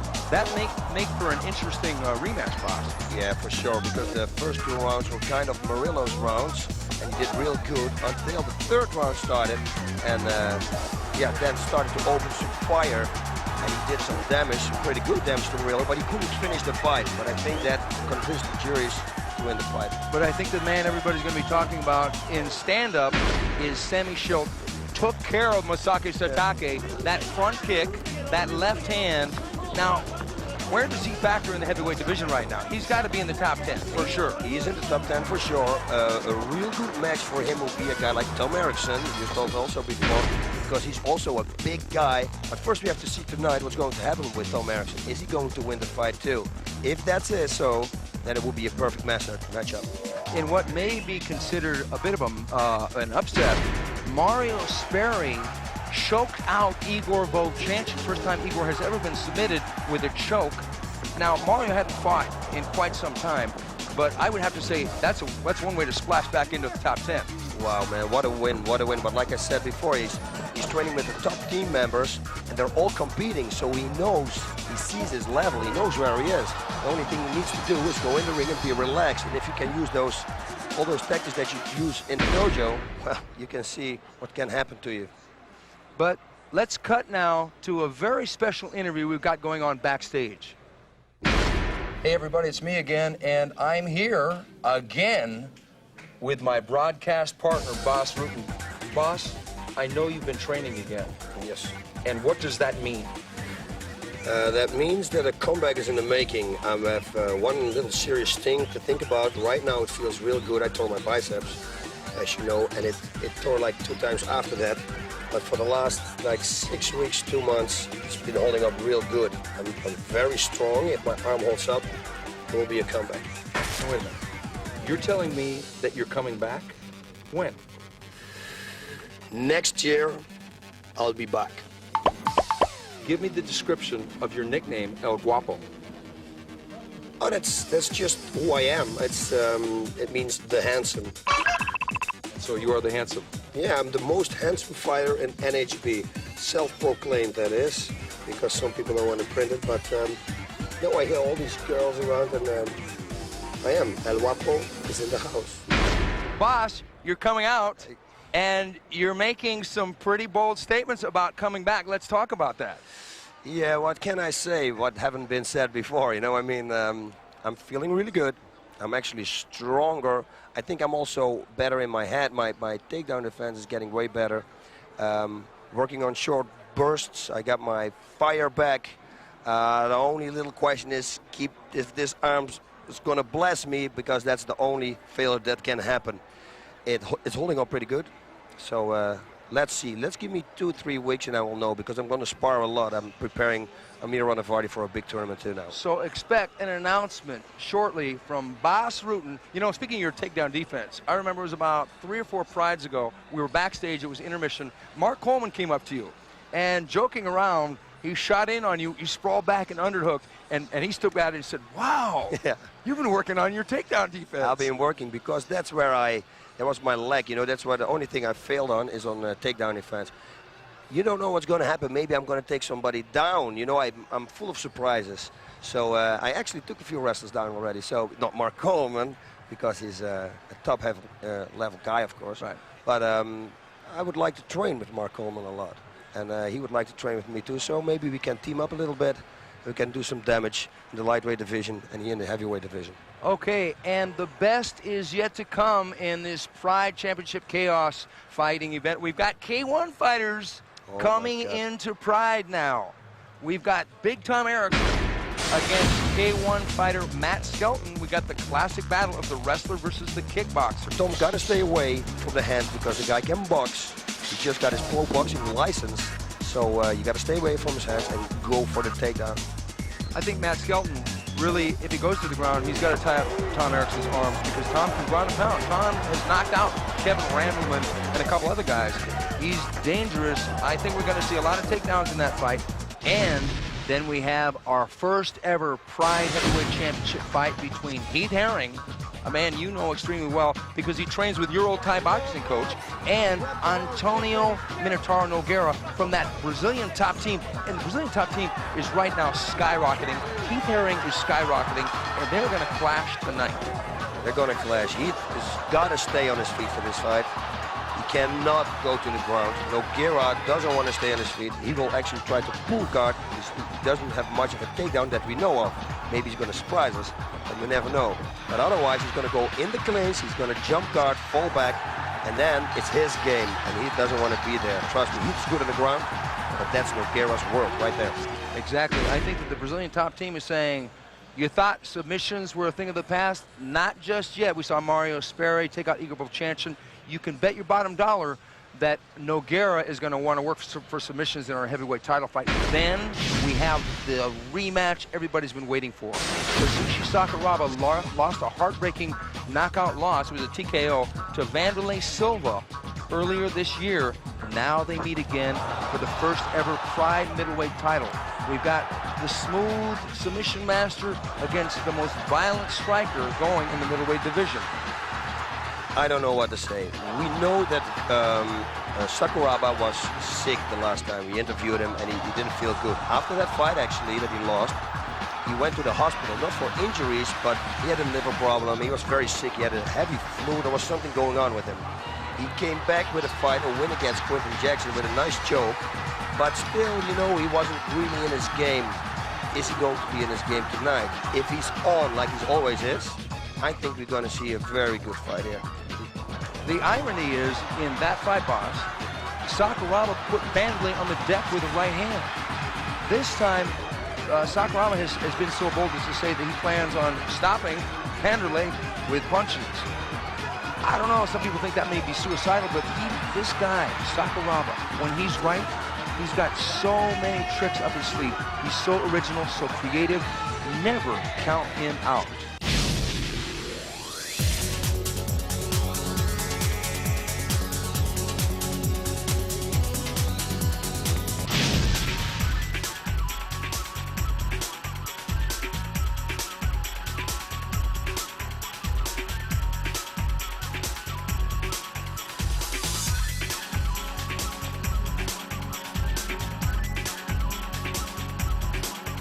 Who do you think is the most disrespectful fighter in mixed martial arts? The disrespectful fighter? Well, Gilbert's on the list. I don't know if he's a top guy, but I would say Gilbert's way up on that list. But why? I don't know. Why? You know, Gilbert's a young, excitable guy. You know, I think some of the mixed martial arts has got a lot to do with pride and honor, and I'm not sure he gets all of that yet. But you know, as he gets older, he'll figure it out. He'll understand. He'll put the maturity with the skills and be really dangerous.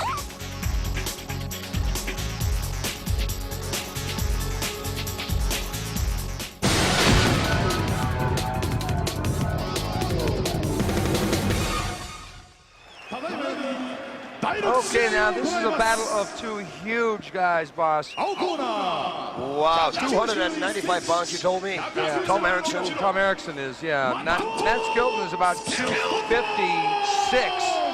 Right there, Matt Skelton from England. That's a 40-pound weight difference right there.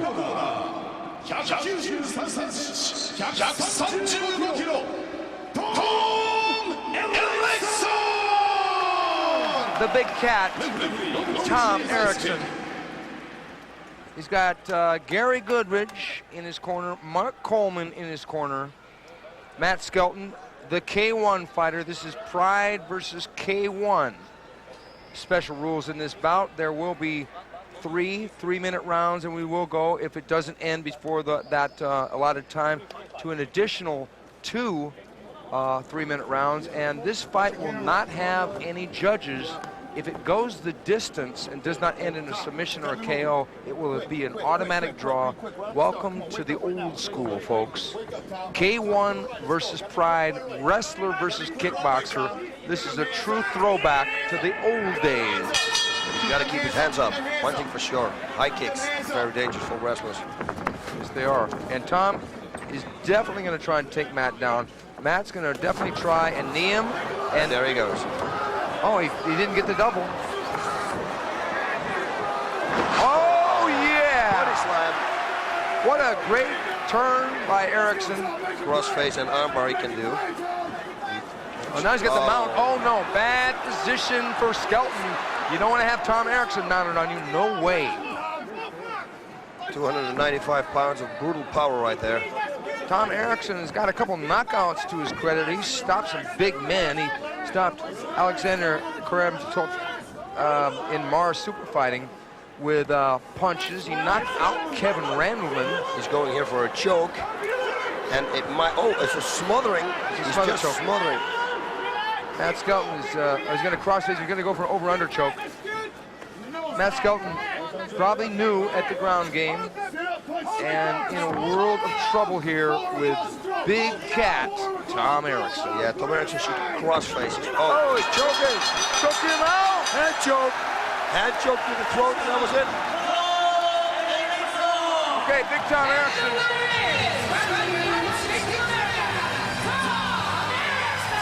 Tom Erickson has choked out Matt Skelton. You know, I didn't know that was allowed. Well, evidently it was, because I don't see any rules against it, but it looked like it just grabbed him around the throat and squeezed. It was 1 minute, 11 seconds by a choke. Yeah, that was a real choke. Hold. He hold his neck. Wow. Well, I'll tell you what. It's going to be, I would have to say, impossible for you to stop the takedown of Tom Erickson in any way. I don't picture any fighter stopping his takedown. No. I really don't. Here it is, boss. It looked like, was it the thumb? No, it's the middle. I think it's okay, but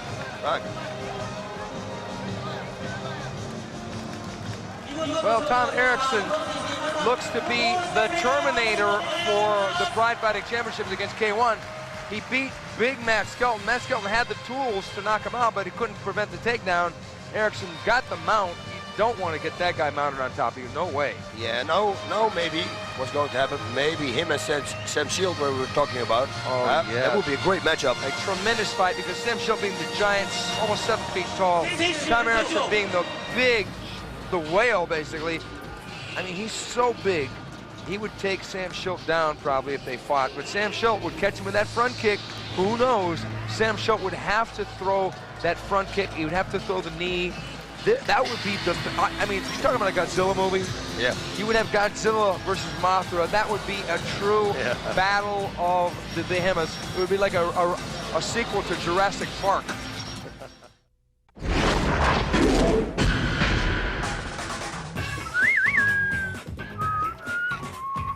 Howdy, we're here. I'm going to do an interview with Crazy Texas Horse from Texas. Howdy, Heath. How you doing, man? Yeah, pretty good, boss. How you doing today, man? I'm doing very good. I'm doing very good. Listen, what about tonight? It's going to be an exciting night. I've trained really hard for the last couple months. I'm really looking forward to getting that belt. Championship.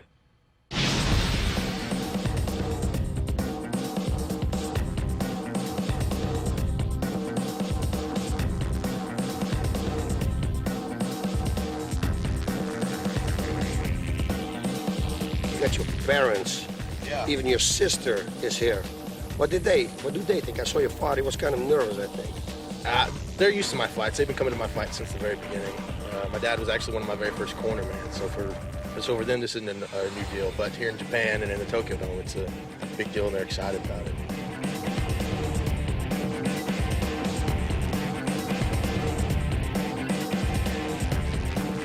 Now everybody knows that I'm El Guapo, you know, and some people are asking why, and I always say it got to be the hair, you know. I mean, very good looking hair, but you actually come all the time with something new. Always. So we really want to see it before the fight. There it is. Ladies and gentlemen, the hair.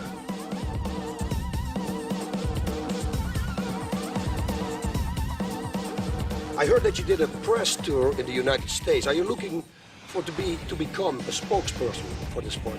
Well, anything I can do to help the sport out. I mean, this is my livelihood. This is what I love to do. Anything I can do to promote the sport, to get the public to know more about it, to get the American public to take a better look at it. I think they have some misconceptions from the early 90s and things.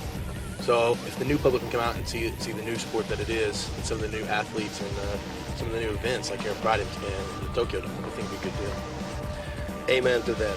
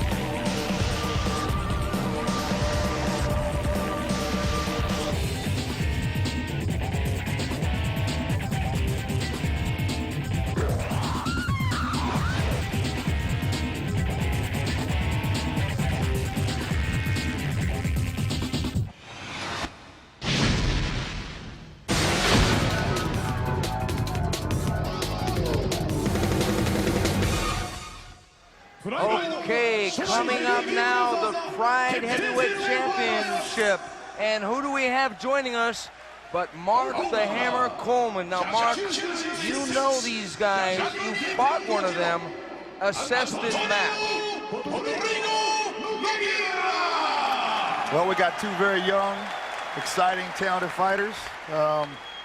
Hopefully they're going to showcase their skills and entertain the whole crowd here. They're both very talented and skilled. I look for a very exciting fight. Okay, there's Heath Herring. They just announced Antonio Rodrigo Nogueira.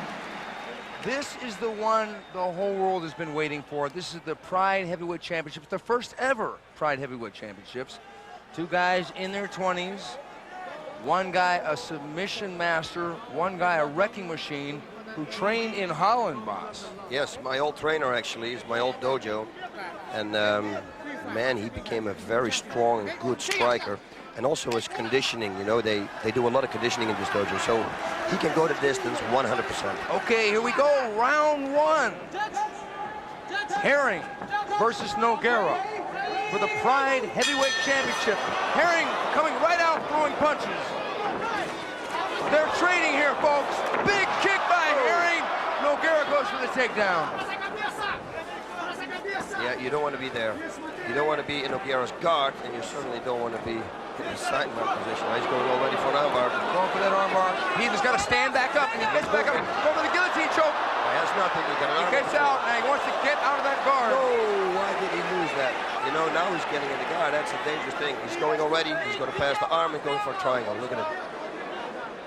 There's no secret here, folks. Nogueira wants to slap either a triangle or an armbar from the bottom, doesn't he, Mark? Yes, he does. He's exceptionally well at it, better than anybody I've ever been with by far. I wasn't prepared, and he got me in it, but I will do my homework, and I'm very much looking forward for a rematch.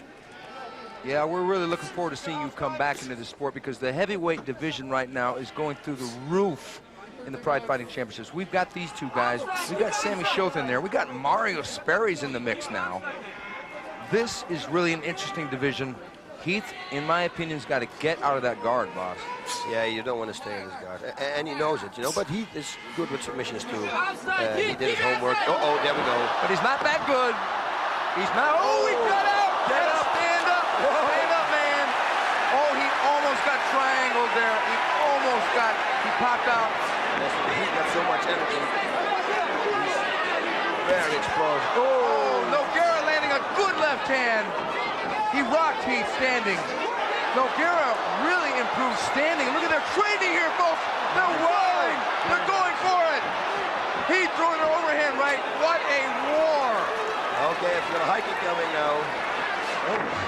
Boss, you are a psychic. What a fight. Nogueira impressing me with his hands. I'm telling you. He was trading with Heath Herring. Heath getting the takedown, but it's not going to be to his advantage. Yep, there's a for the fall already. It was hosting for actually. You see Nogueira controlling his hand there. He's got an extremely strong grip. That's what I found difficult to deal with Nogueira's grip is exceptionally strong. Well, so far it's been Nogueira's fight. When they were trading, Nogueira got the best of the exchange. Yes, he did. He did. He's got good straight punches. And if Heath can't beat him standing, he's going to be in trouble. There we go again. There we go again. And he passed the guard, stands back up. Good move. Heath has got to win this with kicks. That's been his bread and butter. Those big kicks, those big knees. Nogueira proving to be a very wily and dangerous opponent. Yeah, he should go for a front kick now. He does. Nogueira should take with the hands because he got good hands. Whoa, and a body shot. Nogueira on top in Heath's guard. Wow. Nogueira hurt Heath standing up. He threw a low kick. Nogueira answered with a right hand. This doesn't look good right now for Heath Herring. He's not in really bad trouble, but Nogueira is going to go for a hammerlock here. Nope. Okay, he's not pounding away on the body then. Okay, they'll do a pounce. But don't leave your arm out. Don't leave it there. There's a good knee by Heath, but it didn't really do a lot of damage. But you keep doing that now. Nogueira got the side mount. He's going to want to get stomach. He's going to get belly on stomach there. Yeah, going for the full mount. We do have a 10-minute first round. It's going to be a long 10 minutes right now for Heath Herring. Yeah, this is dangerous. He's laying on his side. He can go for straight armbar. Nogueira can. I think he's going to go. Oh, whoa. Little ground and pound there. Nogueira going for the guillotine. He's got half a guillotine. Now he's got the guard. This is where Nogueira is so dangerous. So much tension in this fight. You can feel that both men are fighting their hearts out here. Yeah, it's one little mistake here, and he catches you. And he already did it almost 3 times. I mean, he's going, look at this. And now he's going to turn him. If it doesn't work, he can turn him like this. He's going to sweep him. Oh, man, I would do it. Nogueira, yeah. Nogueira is so good on his back. Nogueira had claimed that he felt he had the best submissions in the heavyweight division. I cannot argue that point. No, he's got it for sure. He is so fast with it. And he reverses. Like when he fought you, Mark, he went for that, like say, one side of the triangle. You escaped it, and right away you go for the other side of the triangle. It's like he's working all over the place. Okay, now they're standing up. We're halfway through the first round. We have 5 minutes left, and it's been all Nogueira so far. Yeah, he should throw simple combinations. Right, straight, left, hook, left, over, left, right, straight. Things like that. Low kick inside with the right straight. Oh, hard low kick there by Heath Herring. Yeah, you don't. Now that hurt. That's gonna hurt. That hurt bad because Heath's got some big legs there. Oh, good uppercut by Nogueira. Nogueira, the better boxer here. It's crazy, man. It's, he's actually real good at striking. He's got real good, short, accurate punches. Really caught me by surprise when I fought him. I think Heath's key to this fight is the low kick. He can't trade punches with Nogueira. We found that out early. That's right. It was a fight like 6 minutes. And it's just been unbelievable. Nogueira landing a low kick there. But Heath having the more damaging low kicks. But nonetheless, oh! Nice left, but a nice counter too. Good counter right hand. Nogueira fighting like a seasoned kickboxer here, even though he came from the Brazilian top team, which is primarily jiu-jitsu.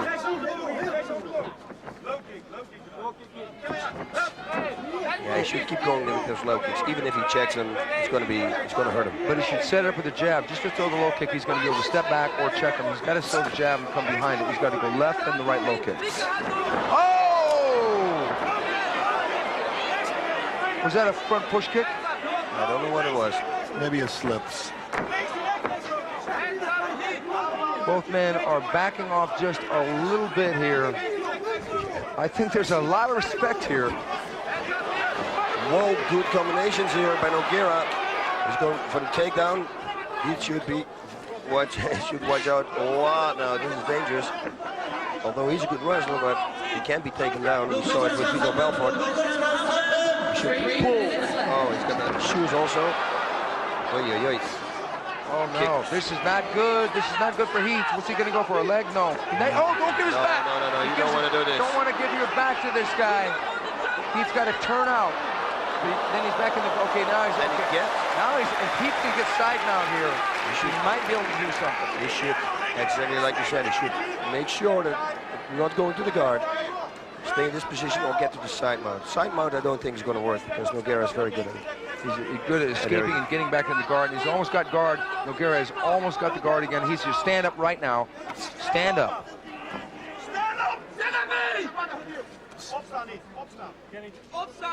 This has been every bit as competitive as we thought it would. Heath has weathered storm after storm from strikes and also from submission attempts. He's still in there. He's still dangerous, as we saw with the low kicks. But he's got to get out of the guard. He's now in Nogueira's full guard. Yeah, they throw a lot of energy out. And they're both recovering a little bit now because that was some high energy level. Nogueira tried to take him out, but couldn't. He survived. He popped out that triangle attempt. And he's holding the wrist all the time. It's like he's... Yes, he's got a steel grip. As you can see, controlling that right hand of Heath, it's just hard to get it loose. Oh, good defense there by Heath Herring. He almost got mounted by Nogueira. Almost got mounted. Nogueira, he doesn't want to see that. No, that's bad, I think.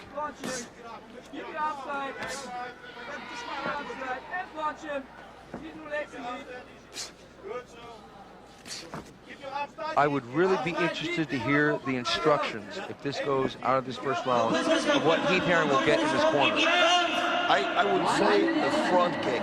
Go for a front kick. It hasn't been thrown yet. Straight to the belly, you know, he's tired, you know, you want to attack. He's going to attack for armbar. Oh, he stepped up. Good move now. What Heath has to do, don't let him... No, he should dominate him with kicks. Okay, now, Heath has got to throw the left jab, right low kick. There it is. Oh, what happened? He ate a right hand. Nogueira is extremely accurate with his punches. Isn't he, boss? It's unbelievable. Oh, no! Nogueira has mounted Heath Herring. Armbar coming. He's going for an armbar here. Oh, my God. Oh, no. Heath Herring. Heath Herring's trying. Oh, what a beautiful escape there. Looks like a lightweight fight. Oh, my God. This is like Carlos versus Sakuraba. These guys are rolling around, trying things. Heath defending. Nogueira really putting the pressure on Heath Herring. Unbelievable first round. Great first round. Everything that we expected, we got. Nogueira all over Heath Herring in that round. Heath escaping the first round. Amazing. Oh. Wow, what can we say about that? I mean,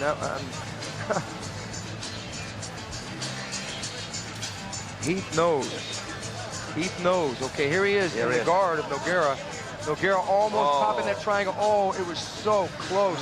And he fought his life away trying to get out of that thing and stood back up. He should, if I were Heath and in that position, I should kick the legs. I wouldn't let him get up. Exactly. I totally agree with you. Don't let this guy get up. And if he tries to get up, and here we go in the punching exchange. Nogueira wanting to trade with Heath and connecting with a good right hand there. Oh, yeah, right up. And Heath trying to trade with him back, but dropping his head down. What a war, and then the knee to the body. Heath over the top. Nogueira is tough. This guy's tough in the trenches. Youth is a beautiful thing, huh, boss? Oh, my God. Jeez. You can say that again. Look at this escape. I looked at third version. To the armbar, it's like throwing him off his back. He had the leg. It's just like school boot. It's unreal. Unreal. And then he gets back on top. Wow. A miracle of heart and soul being put on the line here by Heath Herring as Nogueira is trying to snatch him up like a shark in the middle of the ocean with those submission holds.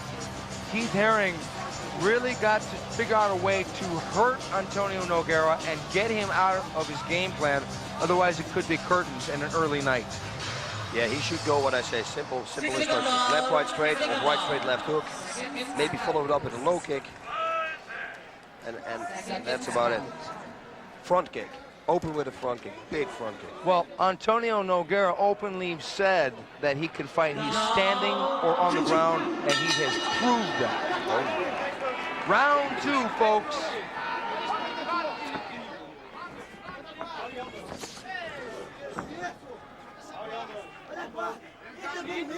I wouldn't be surprised if Nogueira threw a high kick here. Nogueira come raging in, double jab, right hand. Heath with the knee. Uh-oh. He's going for that single, and Nogueira takes Heath down once again. All the top team members have really worked on their wrestling skills. They've all gotten good at takedowns, and it's really helping them out because now they're in the top position. That's where they want to be. Brazilian top team in the top position, as you said, Mark. We saw that with Vovchanchyn. Yep. Mario Sperry's shot was lightning across that ring. It was a nice shot. Unbelievable. Yeah, they're working with wrestlers right here. I think they're working with wrestlers. They all look really skilled in wrestling right now. And they had that side choke for Sperry over Vovchanchyn. Heath on the ground, Heath bleeding now. So this is a bad position to be in with a guy like Nogueira on top. It's worse than Mount, I believe. There are more submissions. Nogueira in complete control here. Hold on. Nogueira in the side mount now. Nogueira going to go for the arm bar here. And he can Nogueira controlling the arm here, boss. Yeah, he can surely set it up, and if it doesn't work, he can take the right arm of him, go backwards. He's all over the place. Nogueira imposing jiu-jitsu on Heath Herring. Heath Herring only surviving at this moment. Yeah, it's a straight armbar I feel coming.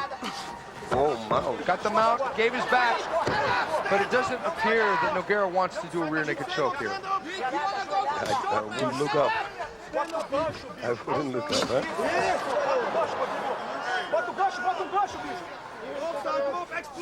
Do you think Heath's going to try for a knee bar here, boss? I don't know. I don't think so. I don't think so. Nogueira's just taking his time this time, putting in the boots, looking for that rear naked. Look at that arm. He's got the arm around it. Nogueira has got the one hook in. Does he have both in? He's going for the leg lock. He's going for it. He was just rolling out. Oh, I thought he was going for it. Nogueira mounted on Heath now.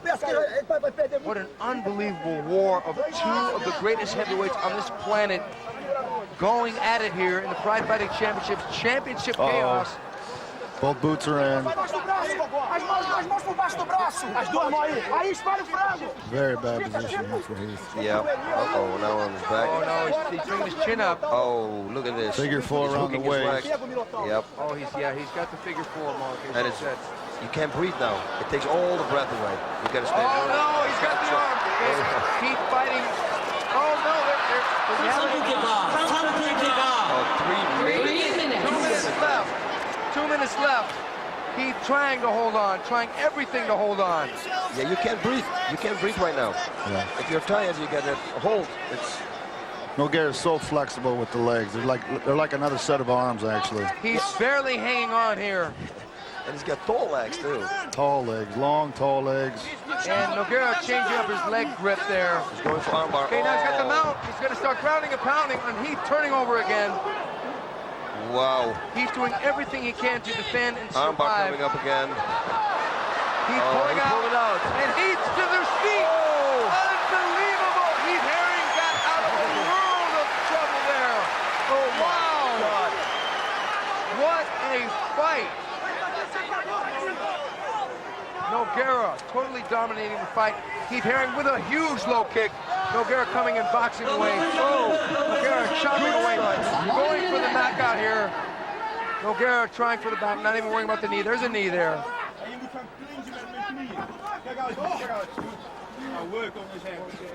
That's what he should do now. He should start raining punches because... Whoa, almost. Oh no, Heath Herring on top. Heath Herring delivering punches. What a turnaround, unbelievable. This fight should start kicking the legs. If Rocky had ever done a mixed martial art movie, this is what the fight scenes would have looked like. He still has a chance, that's for sure. Oh, yes, he does. As I said before, heart and soul here on the platter by Heath Herring. Nogueira shooting for the double again. Nogueira seems to be running low on gas here. Nogueira must be thinking, what do I have to do to get this guy out of there? Unbelievable second round. Wow. Oh! What a fight. What a fight. Both guys are tired. Both guys are expending a lot of energy. Nogueira's sitting down now. Now, I can already say that I think this is the best heavyweight fight I've ever seen. Boss, technical. you did it again. You did it again. I was thinking the exact same thing. Mark, this is among the great heavyweight fights that we've seen. It sure is. Heath Herring showing a lot of heart here. Nogueira is obviously as talented as I had hoped he was because I'm gonna have to go back and do a lot of work to get him, but that is the plan. I do want a rematch, and I will do my homework, and I think I can get the guy. Okay, here we got Nogueira dominating from the back, but not getting the submission. No. He's defending with everything he's got. I always say with gloves on, that if you have a good defense for a rear naked choke, it's easy to defend a rear naked choke. People sometimes think the only thing you have to do is put your shoulder up and put your jaw against the shoulder. That's it. They can't do anything. My God, both these men are fighting such an awesome fight. Even though Heath is probably losing the fight right now, he's in my opinion, he's behind 2 rounds for sure. Yes, but he's in the fight and he's dangerous. Yes. And we're going to see what Heath Herring is really made of. And we saw Dan Henderson also in the last round coming back and winning the fight. Yeah. So. And Nogueira is starting to tire. We know Heath is expending a lot of energy too. If Heath Herring snatches this fight from the jaws of defeat, it will be one of the greatest comebacks I've seen in any sport. He can do it. Oh, yes. He can do it. These guys are definitely moving like lightweights, 24-year-old lightweights. 24, 254-pound Heath Herring, 25-year-old, 226-pound Nogueira. Nogueira's looking at him like, what do I have to do to this guy to get him out of there? My God. Jesus. No. What can we expect now? Last round. Is Nogueira going to want to box? Is Heath going to throw the high kick? Oh, good right hand out of the knee there by Nogueira. Sent Heath's head springing back. Nogueira does have his hands down a little bit, boss. Yep, and Heath is now kicking to the body, actually, which is a very smart thing to do if somebody's Not tired. a good position for Heath right here. Not a good position. That. Back on the ground, absorbed one knee there. Oh my God, gotta get out. Oh no. Heath giving his back again to Nogueira. Heath trying to get out. Heath out now. He's going to kill him. Heath. Nogueira's just a machine. Jesus. The energy being expended in neutralizing those submissions is phenomenal. Knee there, tough knee by Heath Herring. He's got to hurt Nogueira. He's got to hurt him, take him out of his game plan. He's got to do damage. He's got to inflict some pain. He does. Oh, no. No, he doesn't have anything. No, he's okay. He should stand up now. Try to stand up, get out there. But yeah. He's got to scoot back. Yeah, you go. Oh, but he's going to go into the guard. Not a good move. He's going to pass it right there. But Nogueira is a lot slower in passing that guard. Yeah, but I mean, he is also slower now in defending it. I mean, it's logic. This energy, unbelievable level. What a fight. And what can happen? I'll tell you, this is the first ever single fight for the heavyweight championships for Pride, and we couldn't have wished for a better match for the inaugural belt, really. Here we go again, reverse figure four.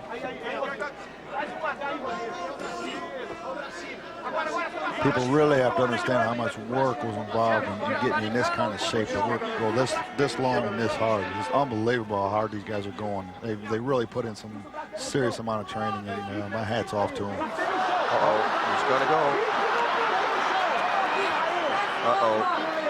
It's difficult to finish like this, especially because he has the wrist, and he doesn't have it high on the wrist, so it's not real strong. But if he can grab his own wrist, then he can finish off okay. Okay, he let it go, but he went for that Kimura hold from the side of Heath Herring's left arm. Nogueira still putting pressure on Heath, still making him fight his fight.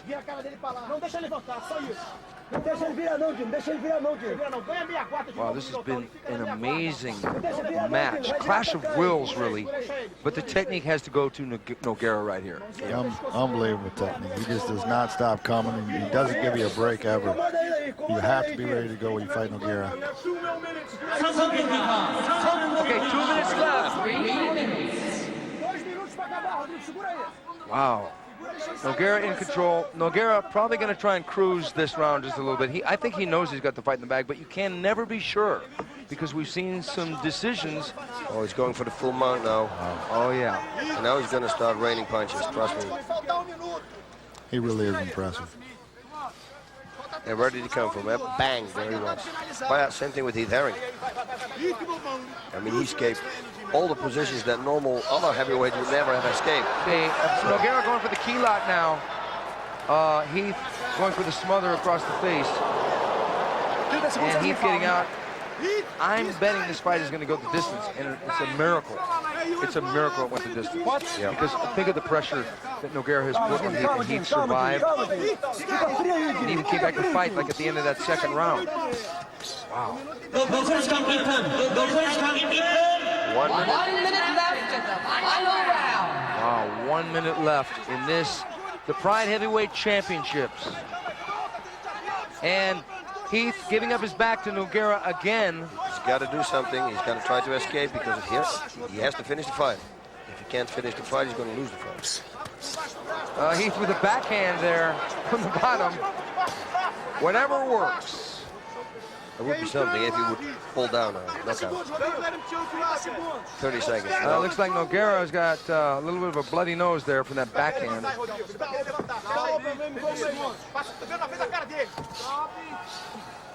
20 seconds, arm bars coming up. Uh-oh, he's in his guard. Got to be careful. Got to be careful. They have just fought their hearts out. Look at them, they're about limp. They're probably completely out of energy. They're going to sleep well tonight. No melatonin needed. Oh, whoa! Great fight. What an incredible fight. Heath Herring surviving, but it was Nogueira in charge, Mark. Looked to me like he pretty much controlled the whole fight. He's a fantastic fighter. I got my work cut out for me. I'm going to get him, though. I'm going to get him. I promise. I want it. I like those kind of predictions, Mark. Boss, here we go on the replay. We've got Nogueira going for that Kimura lock, but Heath defending with everything he's got. Nogueira is just thinking, what do I have to do to this guy to get him out of here? Yeah, because he escaped every impossible position. He escaped the rear, when he had the rear naked choke, the arm bars, 2 times the arm bar, triangles. He escaped everything. So my compliments to him too. But it was Nogueira. He was all over the place, and he did his work. He actually was a good striker too. I mean, these guys right now have shown why they fought for the title. It probably would have been Mark Coleman in there, but Mark is hovering in the wings now. Mark, you're licking your chops, but you know, these guys put on an incredible display tonight. Both parties got a huge set of nuts on them. I tell you that right now. I'm impressed with both guys, but you know. And here we go to the decision. Antonio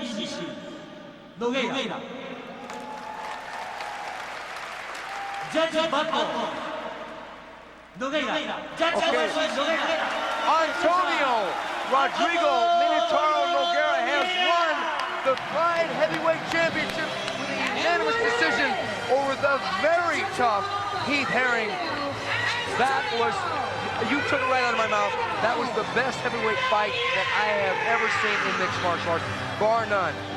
You got everything. You got the strikes. They were trading, their groundwork, escaping, attacking, takedowns, defenses, reversals. The whole package, everything was in this fight. Okay, what's next for Nogueira? Let's say if Nogueira wants another opponent beside you. Mark, who do you think would be dangerous for Nogueira? That's a tough question. Off the top of my head, maybe Mario Sperry, his teammate. Other than that, he's pretty solid. I want a piece of him. Okay. I want a piece of him when I got my head out of my ass. Okay, now, Mark, speaking of removing your head, how will you fight that fight differently this time? Well, I tell you what, I'll go get the proper training this time, and I'm going to go out and get some submission training and get myself in better shape. And I got to get my priorities in line, and my priority is getting that belt right there. I want that belt. I like being called the champ, and I'm disgusted with my performance last time. I'm embarrassed, and I'm not going to let it end that way. I can't do it. I got too much pride. Do you think that you need to fight an elimination fight to get to that fight, or do you think that there's a demand for you to step right in for the heavyweight championship? I'm ready to go right now. It's up to the people. It's up to the pride people. But I just need to get out. Nothing against my teammates, but none of them can move like this guy. I need to get out with some jiu-jitsu guys who can move like Nogueira does. And I'll fight him from in the clinch. I think that's where I can control him. I'm stronger from in the clinch, and I'm going to have to get really good in the clinch and get better at defending the submissions, and that's what I plan on doing. But you got to admit, Nogueira was impressive tonight.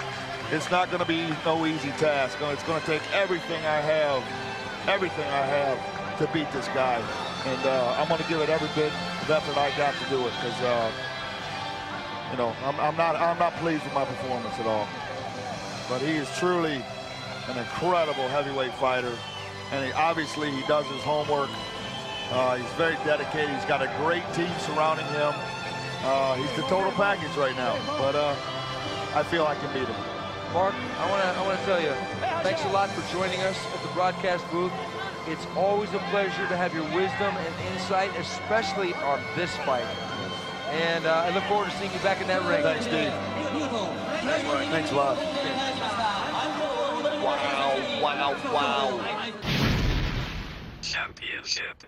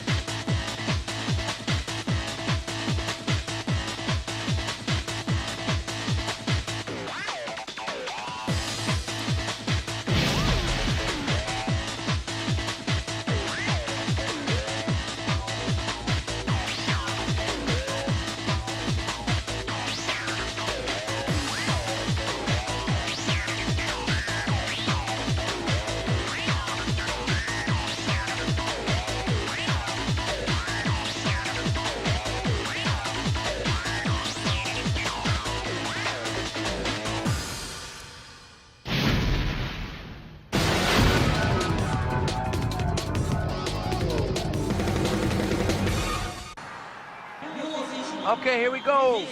This is the one we've been waiting for, the Pride Middleweight Championships. Wanderlei Silva in the black and white trunks versus Kazushi Sakuraba in the orange and white trunks. And here we have the flower ceremony. Hoist, you don't have to answer this if you don't want to. Who do you want to win? They're both very tough. They're both my opponents. So let's say that's the best man win. Diplomatical answer. Let the best man win. Very diplomatic, boys. Actually, I like Sakuraba. He's more of an example for the crowd, for the people. But Wanderlei got a lot of heart, very tough guy. There he's doing that wrist thing, boss. Yep. It's kind of a trademark now. I guess Yeah. everywhere here in Japan. The first guy I ever saw do that was Bruce Lee in Return of the Dragon against Chuck Norris. Remember that? Yeah, but he was bending it, side to side.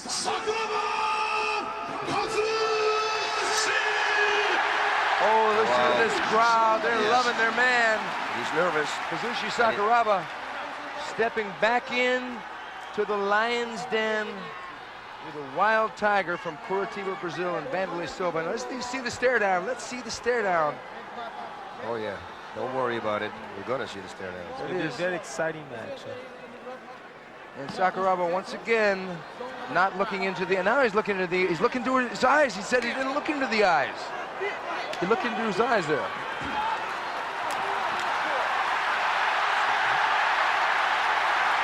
Okay. What will happen? Will Sakuraba trade with Wanderlei? Will Sakuraba dive for a single? Wanderlei comes out, and Sakuraba's going to go for a takedown. That's my guess. You don't want to make a mistake right now. No. There you go. Oh, boy, here we go! Sakuraba on top, Wanderlei on the ground. Now we're going to see what Wanderlei has, submission skill-wise. Because we know Sakuraba's going to look at his knees. Looks good. Sakuraba caught that inside left low kick and took Wanderlei down quickly. Wanderlei, known for his takedown defense, almost gave up the takedown. He's going to try for heels on hips and pull his way out. Sakuraba in the guard of Wanderlei Silva. Wanderlei with the overhook there with the left arm.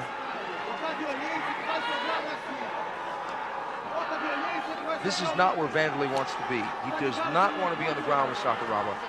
So far, this is a completely different fight. But it's logic, you know, you want to get the thing, you don't want to trade with Wanderlei. Sakuraba trying to lash out there with the right hand. He's going to kick himself They're right. both very dangerous opponents. Okay, he's getting in his element now. Sakuraba coming in, as usual, with complete confidence. He said that Wanderlei Silva looks like Gorilla Man comic book here in Japan. Yeah, we couldn't check it because apparently, look at this. Another knee's coming. We couldn't check it because it's an old comic book. They told us we wanted to buy one, but too bad. Now, Hoyes, what would you do if you were Sakuraba right now? Try to turn him around with Wanderlei against the rope. Well, knees have not been a factor so far, and that is one of Wanderlei Silva's bread and butter strikes. And if I were Wanderlei, he doesn't want to give up the knee to the leg or the body because he's afraid of the takedown. Yeah, but you got it under him, so to the legs, to the body, okay. But to the legs, it's pretty much impossible to grab. But I don't know if he's going to want to grab. He might just dive and pivot. As long as you got the underhooks, it's... Look at Wanderlei, he's smiling. He's smiling. He's resting. Now that's what I should do all the time if I was Wanderlei now. Knee the legs, inside legs. Gonna take their toll at the end of the fight, if it goes the distance, of course. The first round is scheduled for 10 minutes. The second and third round are 5 minutes apiece.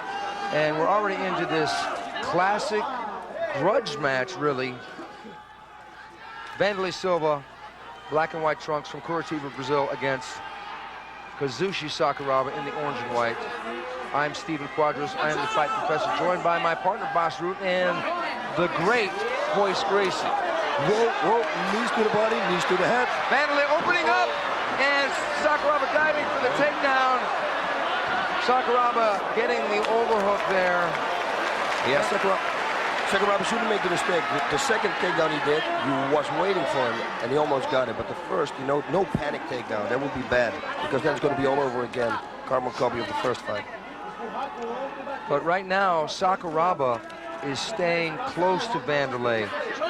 He's staying real close. He doesn't want to be in that mid-range. He can be on the outside or real close, but if he's in mid-range, he's going to get hurt. Oh, he almost ate a high kick there. Oh, Sakuraba took a right hand there. Nice. Whoa, good knee, good Sakuraba with a right hand over the top. Great action there. Good defensive work by both men. Sakuraba not afraid to throw his own right hand. He remembers. Oh, good inside low kick there by Wanderlei. Sakuraba threw a punch, and Sakuraba getting his back to Wanderlei. Wanderlei getting Sakuraba's back. Sakuraba standing back up. Yeah, Wanderlei is good at this. You don't want to do this. Sakuraba is. Smart decision. Whoa. Sakuraba going for that single again. Wanderlei back down. Arm. Another takedown for Kazushi Sakuraba. An entirely different fight indeed. Technical from both sides. It's a guy that comes in and power everybody out, punching, kicking. Right now he is actually showing a good technique, timing. Not just on the ground, but standing up too. Okay, we're halfway through the round, and it's been a very close fight. Hoist, how would you score this fight so far? Right now it's very tough. Okay, Sakuraba definitely got the takedown. Those count. Wanderlei really hasn't landed a clean shot, although Sakuraba did. They both landed a couple shots. Even a high kick. Okay, he hit him at the toes, but it was still there. I would have to say this was an entirely close round. Could be a draw up until this point. Sakuraba trying to get busy from the guard of Wanderlei Silva.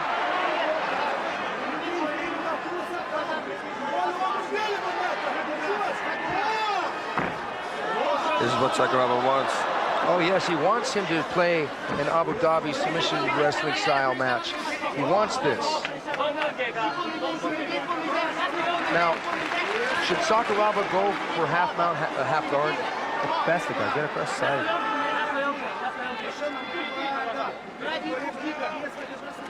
He had that unlock that he does from the cross side position. Yeah, he's going to escape. Key lock over there. Too bad he's wearing all the tape. It will prevent him from slipping out.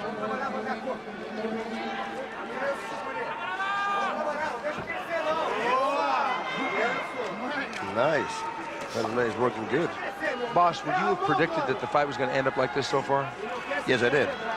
Like I said, Sakuraba was going to go for a takedown. He was going to get it because the last time he was sick. So still, Wanderlei was a phenomenal. At that time, it was everything he did was a hit. So it was perfect what he did. So it doesn't say anything. But I mean, now he came in more prepared. I think after a lot of fight. Look at this. Look at this. Now Wanderlei's going to go for an armbar. Oh, and he nearly had it.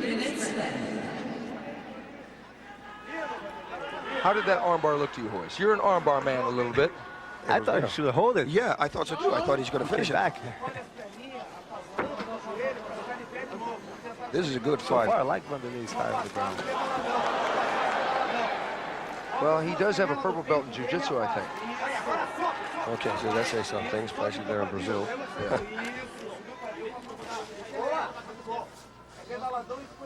Do you think that Wanderlei's going to go for a leg? Leg lock, yes. If he goes, he should go for like a knee bar. Oh, Wanderlei got that tight guillotine there. Oh, Sakuraba Pidillo slamming him. He still got. Oh, he popped out. Wanderlei was in some trouble there. Wow, that was an escape that Martin Ruas once did to me, and he threw all my air out my lungs. First time we sparred ever. I had him in front choke. Yeah, I got him. Bang. First time I ever saw that escape, where you under the hook, right into the groin, and pick the guy up and slam him. It was Marco Ruas in the UFC. Oh, you see? No, he did it to me too. Yeah, I never had a good sprawl. I'm working on it. But the good thing about Wanderlei is that he knew Sakuraba had that in pretty tight, so he had to make a move quick. Yeah. But now Wanderlei is on top in Sakuraba's guard. We get to see how Sakuraba does. Now, Hoist, you are very familiar with this position. I've seen all of your fights, and you fight great from your back. What does Sakuraba want to do? You want to hip out? He's going to armbar. He must control his arm. First thing is not to get hit. He's going to armbar him. Watch this, left arm. Have to control his arm so he doesn't get hit. There we go. Then he works on the arm well. Oh, yeah, you're right, boss. You know he's back, but he had the hand. She's working the arm. She's leaving it out all the time. 1 minute and left. So maybe later in the fight when fatigue hits Exactly, fatigue. Because right now, Wanderlei's like a bull. He's so strong, he can just pull out with brute strength. But that'll come back to haunt him if he has to do that. If he expends all the energy here in the first round now, I know that Wanderlei is really showing a lot of respect for Sakuraba here. He's not going out and trying to recklessly take him out, destroy him with ground and pound or with stand-up. No, it wouldn't be smart. I think he knew that Sakuraba was going to be ready. Nice little slap there. 30 seconds left here in this monumental first round of the Pride Middleweight Championships. Wanderlei Silva on top, Kazushi Sakuraba on the bottom with the guard wrapped around Wanderlei's waist. He opens the guard up there. And Wanderlei smacking that low kick. Sakuraba shooting. Whoa, triangle coming up. Wow. And even if he would have had it, he couldn't finish at the time. So very even match. It's a very, very technical match. Now, boss, how would you score that first round? Okay, now the thing is, oh, did you see that? He's got something on his shoulder, yeah. Uh-oh. Oh, my God. Happened? Oh, it looks like his clavicle is broke. It looks like Sakuraba's got a little bit of a problem with his collarbone. I don't know what it's from. He caught that left inside low kick there. Fight is over. Oh my God! The fight is over. Kazushi Sakuraba sustained a shoulder injury. Wow. Wow. Oh my God. He dislocated his collarbone, it looks like. Oh. You know, that's really too bad. And he either dislocated his collarbone or his shoulder. It's hard to see what it is. I think he broke it. Yeah, he can't lift that right arm. No. Yeah, I broke it one time also. You can't lift it up. Oh, my Lord. You know, it was a very exciting first round. Very. Oh, yes, it was. Very even. Sakuraba has been known to break a few arms himself. I mean, broke Henzo's arm when they fought, and now it came back to haunt him. Sakuraba having to give up in the corner because of it looked like a broken either collarbone or a dislocated shoulder. But what a great technical first round. Boyce, Wanderlei grappled pretty well in that round. I like it. He did his homework. He did his homework over there. He's definitely learning. I like the grappling on both sides. Okay, Wanderlei Silva now, he sits on top of the Pride middleweight heap. Who is there that can challenge him right now? I don't know, maybe some new fighters who are going to fight. Boyce, maybe some old ones. Boyce, now listen, I'm trying to lead you. I'm saying, Boyce, would you like to fight Wanderlei Silva? He's a very good opponent. He's a very good opponent. Yeah. We know he's a good opponent. Between him, Sakuraba, Frank Shamrock. I think that would be highly interesting because, you know, you've got a lot of rivalries between Brazilian camps. Let's face it, not everybody's huggy and kissy among the camps. I mean, the jiu-jitsu guys, and they almost had a rumble between the Brazilian top team and the shootbox guys in the lobby of the last Pride. They're not exactly kissing cousins here. No, so sometimes it makes for good rivalries to have two guys from the same country. You're a very eloquent guy. How would you deal with the threat of Wanderlei Silva? First, I'm out of that rivalry. I've been in America for 17 years.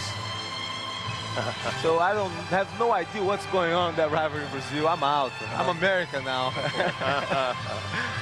A second. But nonetheless, how would you deal with Wanderlei Silva? Gotta get in a clinch.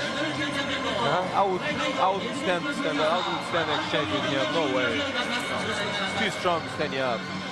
Yeah. I'll have to get in a clinch. Okay, now, what is next for Sakuraba? I mean, Sakuraba, to me, in a way, I know that the Ultimate Fighting Championship has got weight divisions now, including a 185-pound weight division. I think it might be a good idea to consider a lighter division beside middleweight, my opinion. I think so too. I think it would be a very good idea because, you know, weight does make a difference. Yeah, because you've got guys like Hoist, you weigh 175 pounds. Frank Shamrock weighs about Frank Shamrock weighs 185. Sakuraba weighs about 183, 185. I think it would be a good weight division to have 185 because Wanderlei at 205 is going to be a wrecking machine. I actually would like to see a rematch, maybe a unification fight, the Ultimate Fighting Championship. Tito Ortiz read my mind.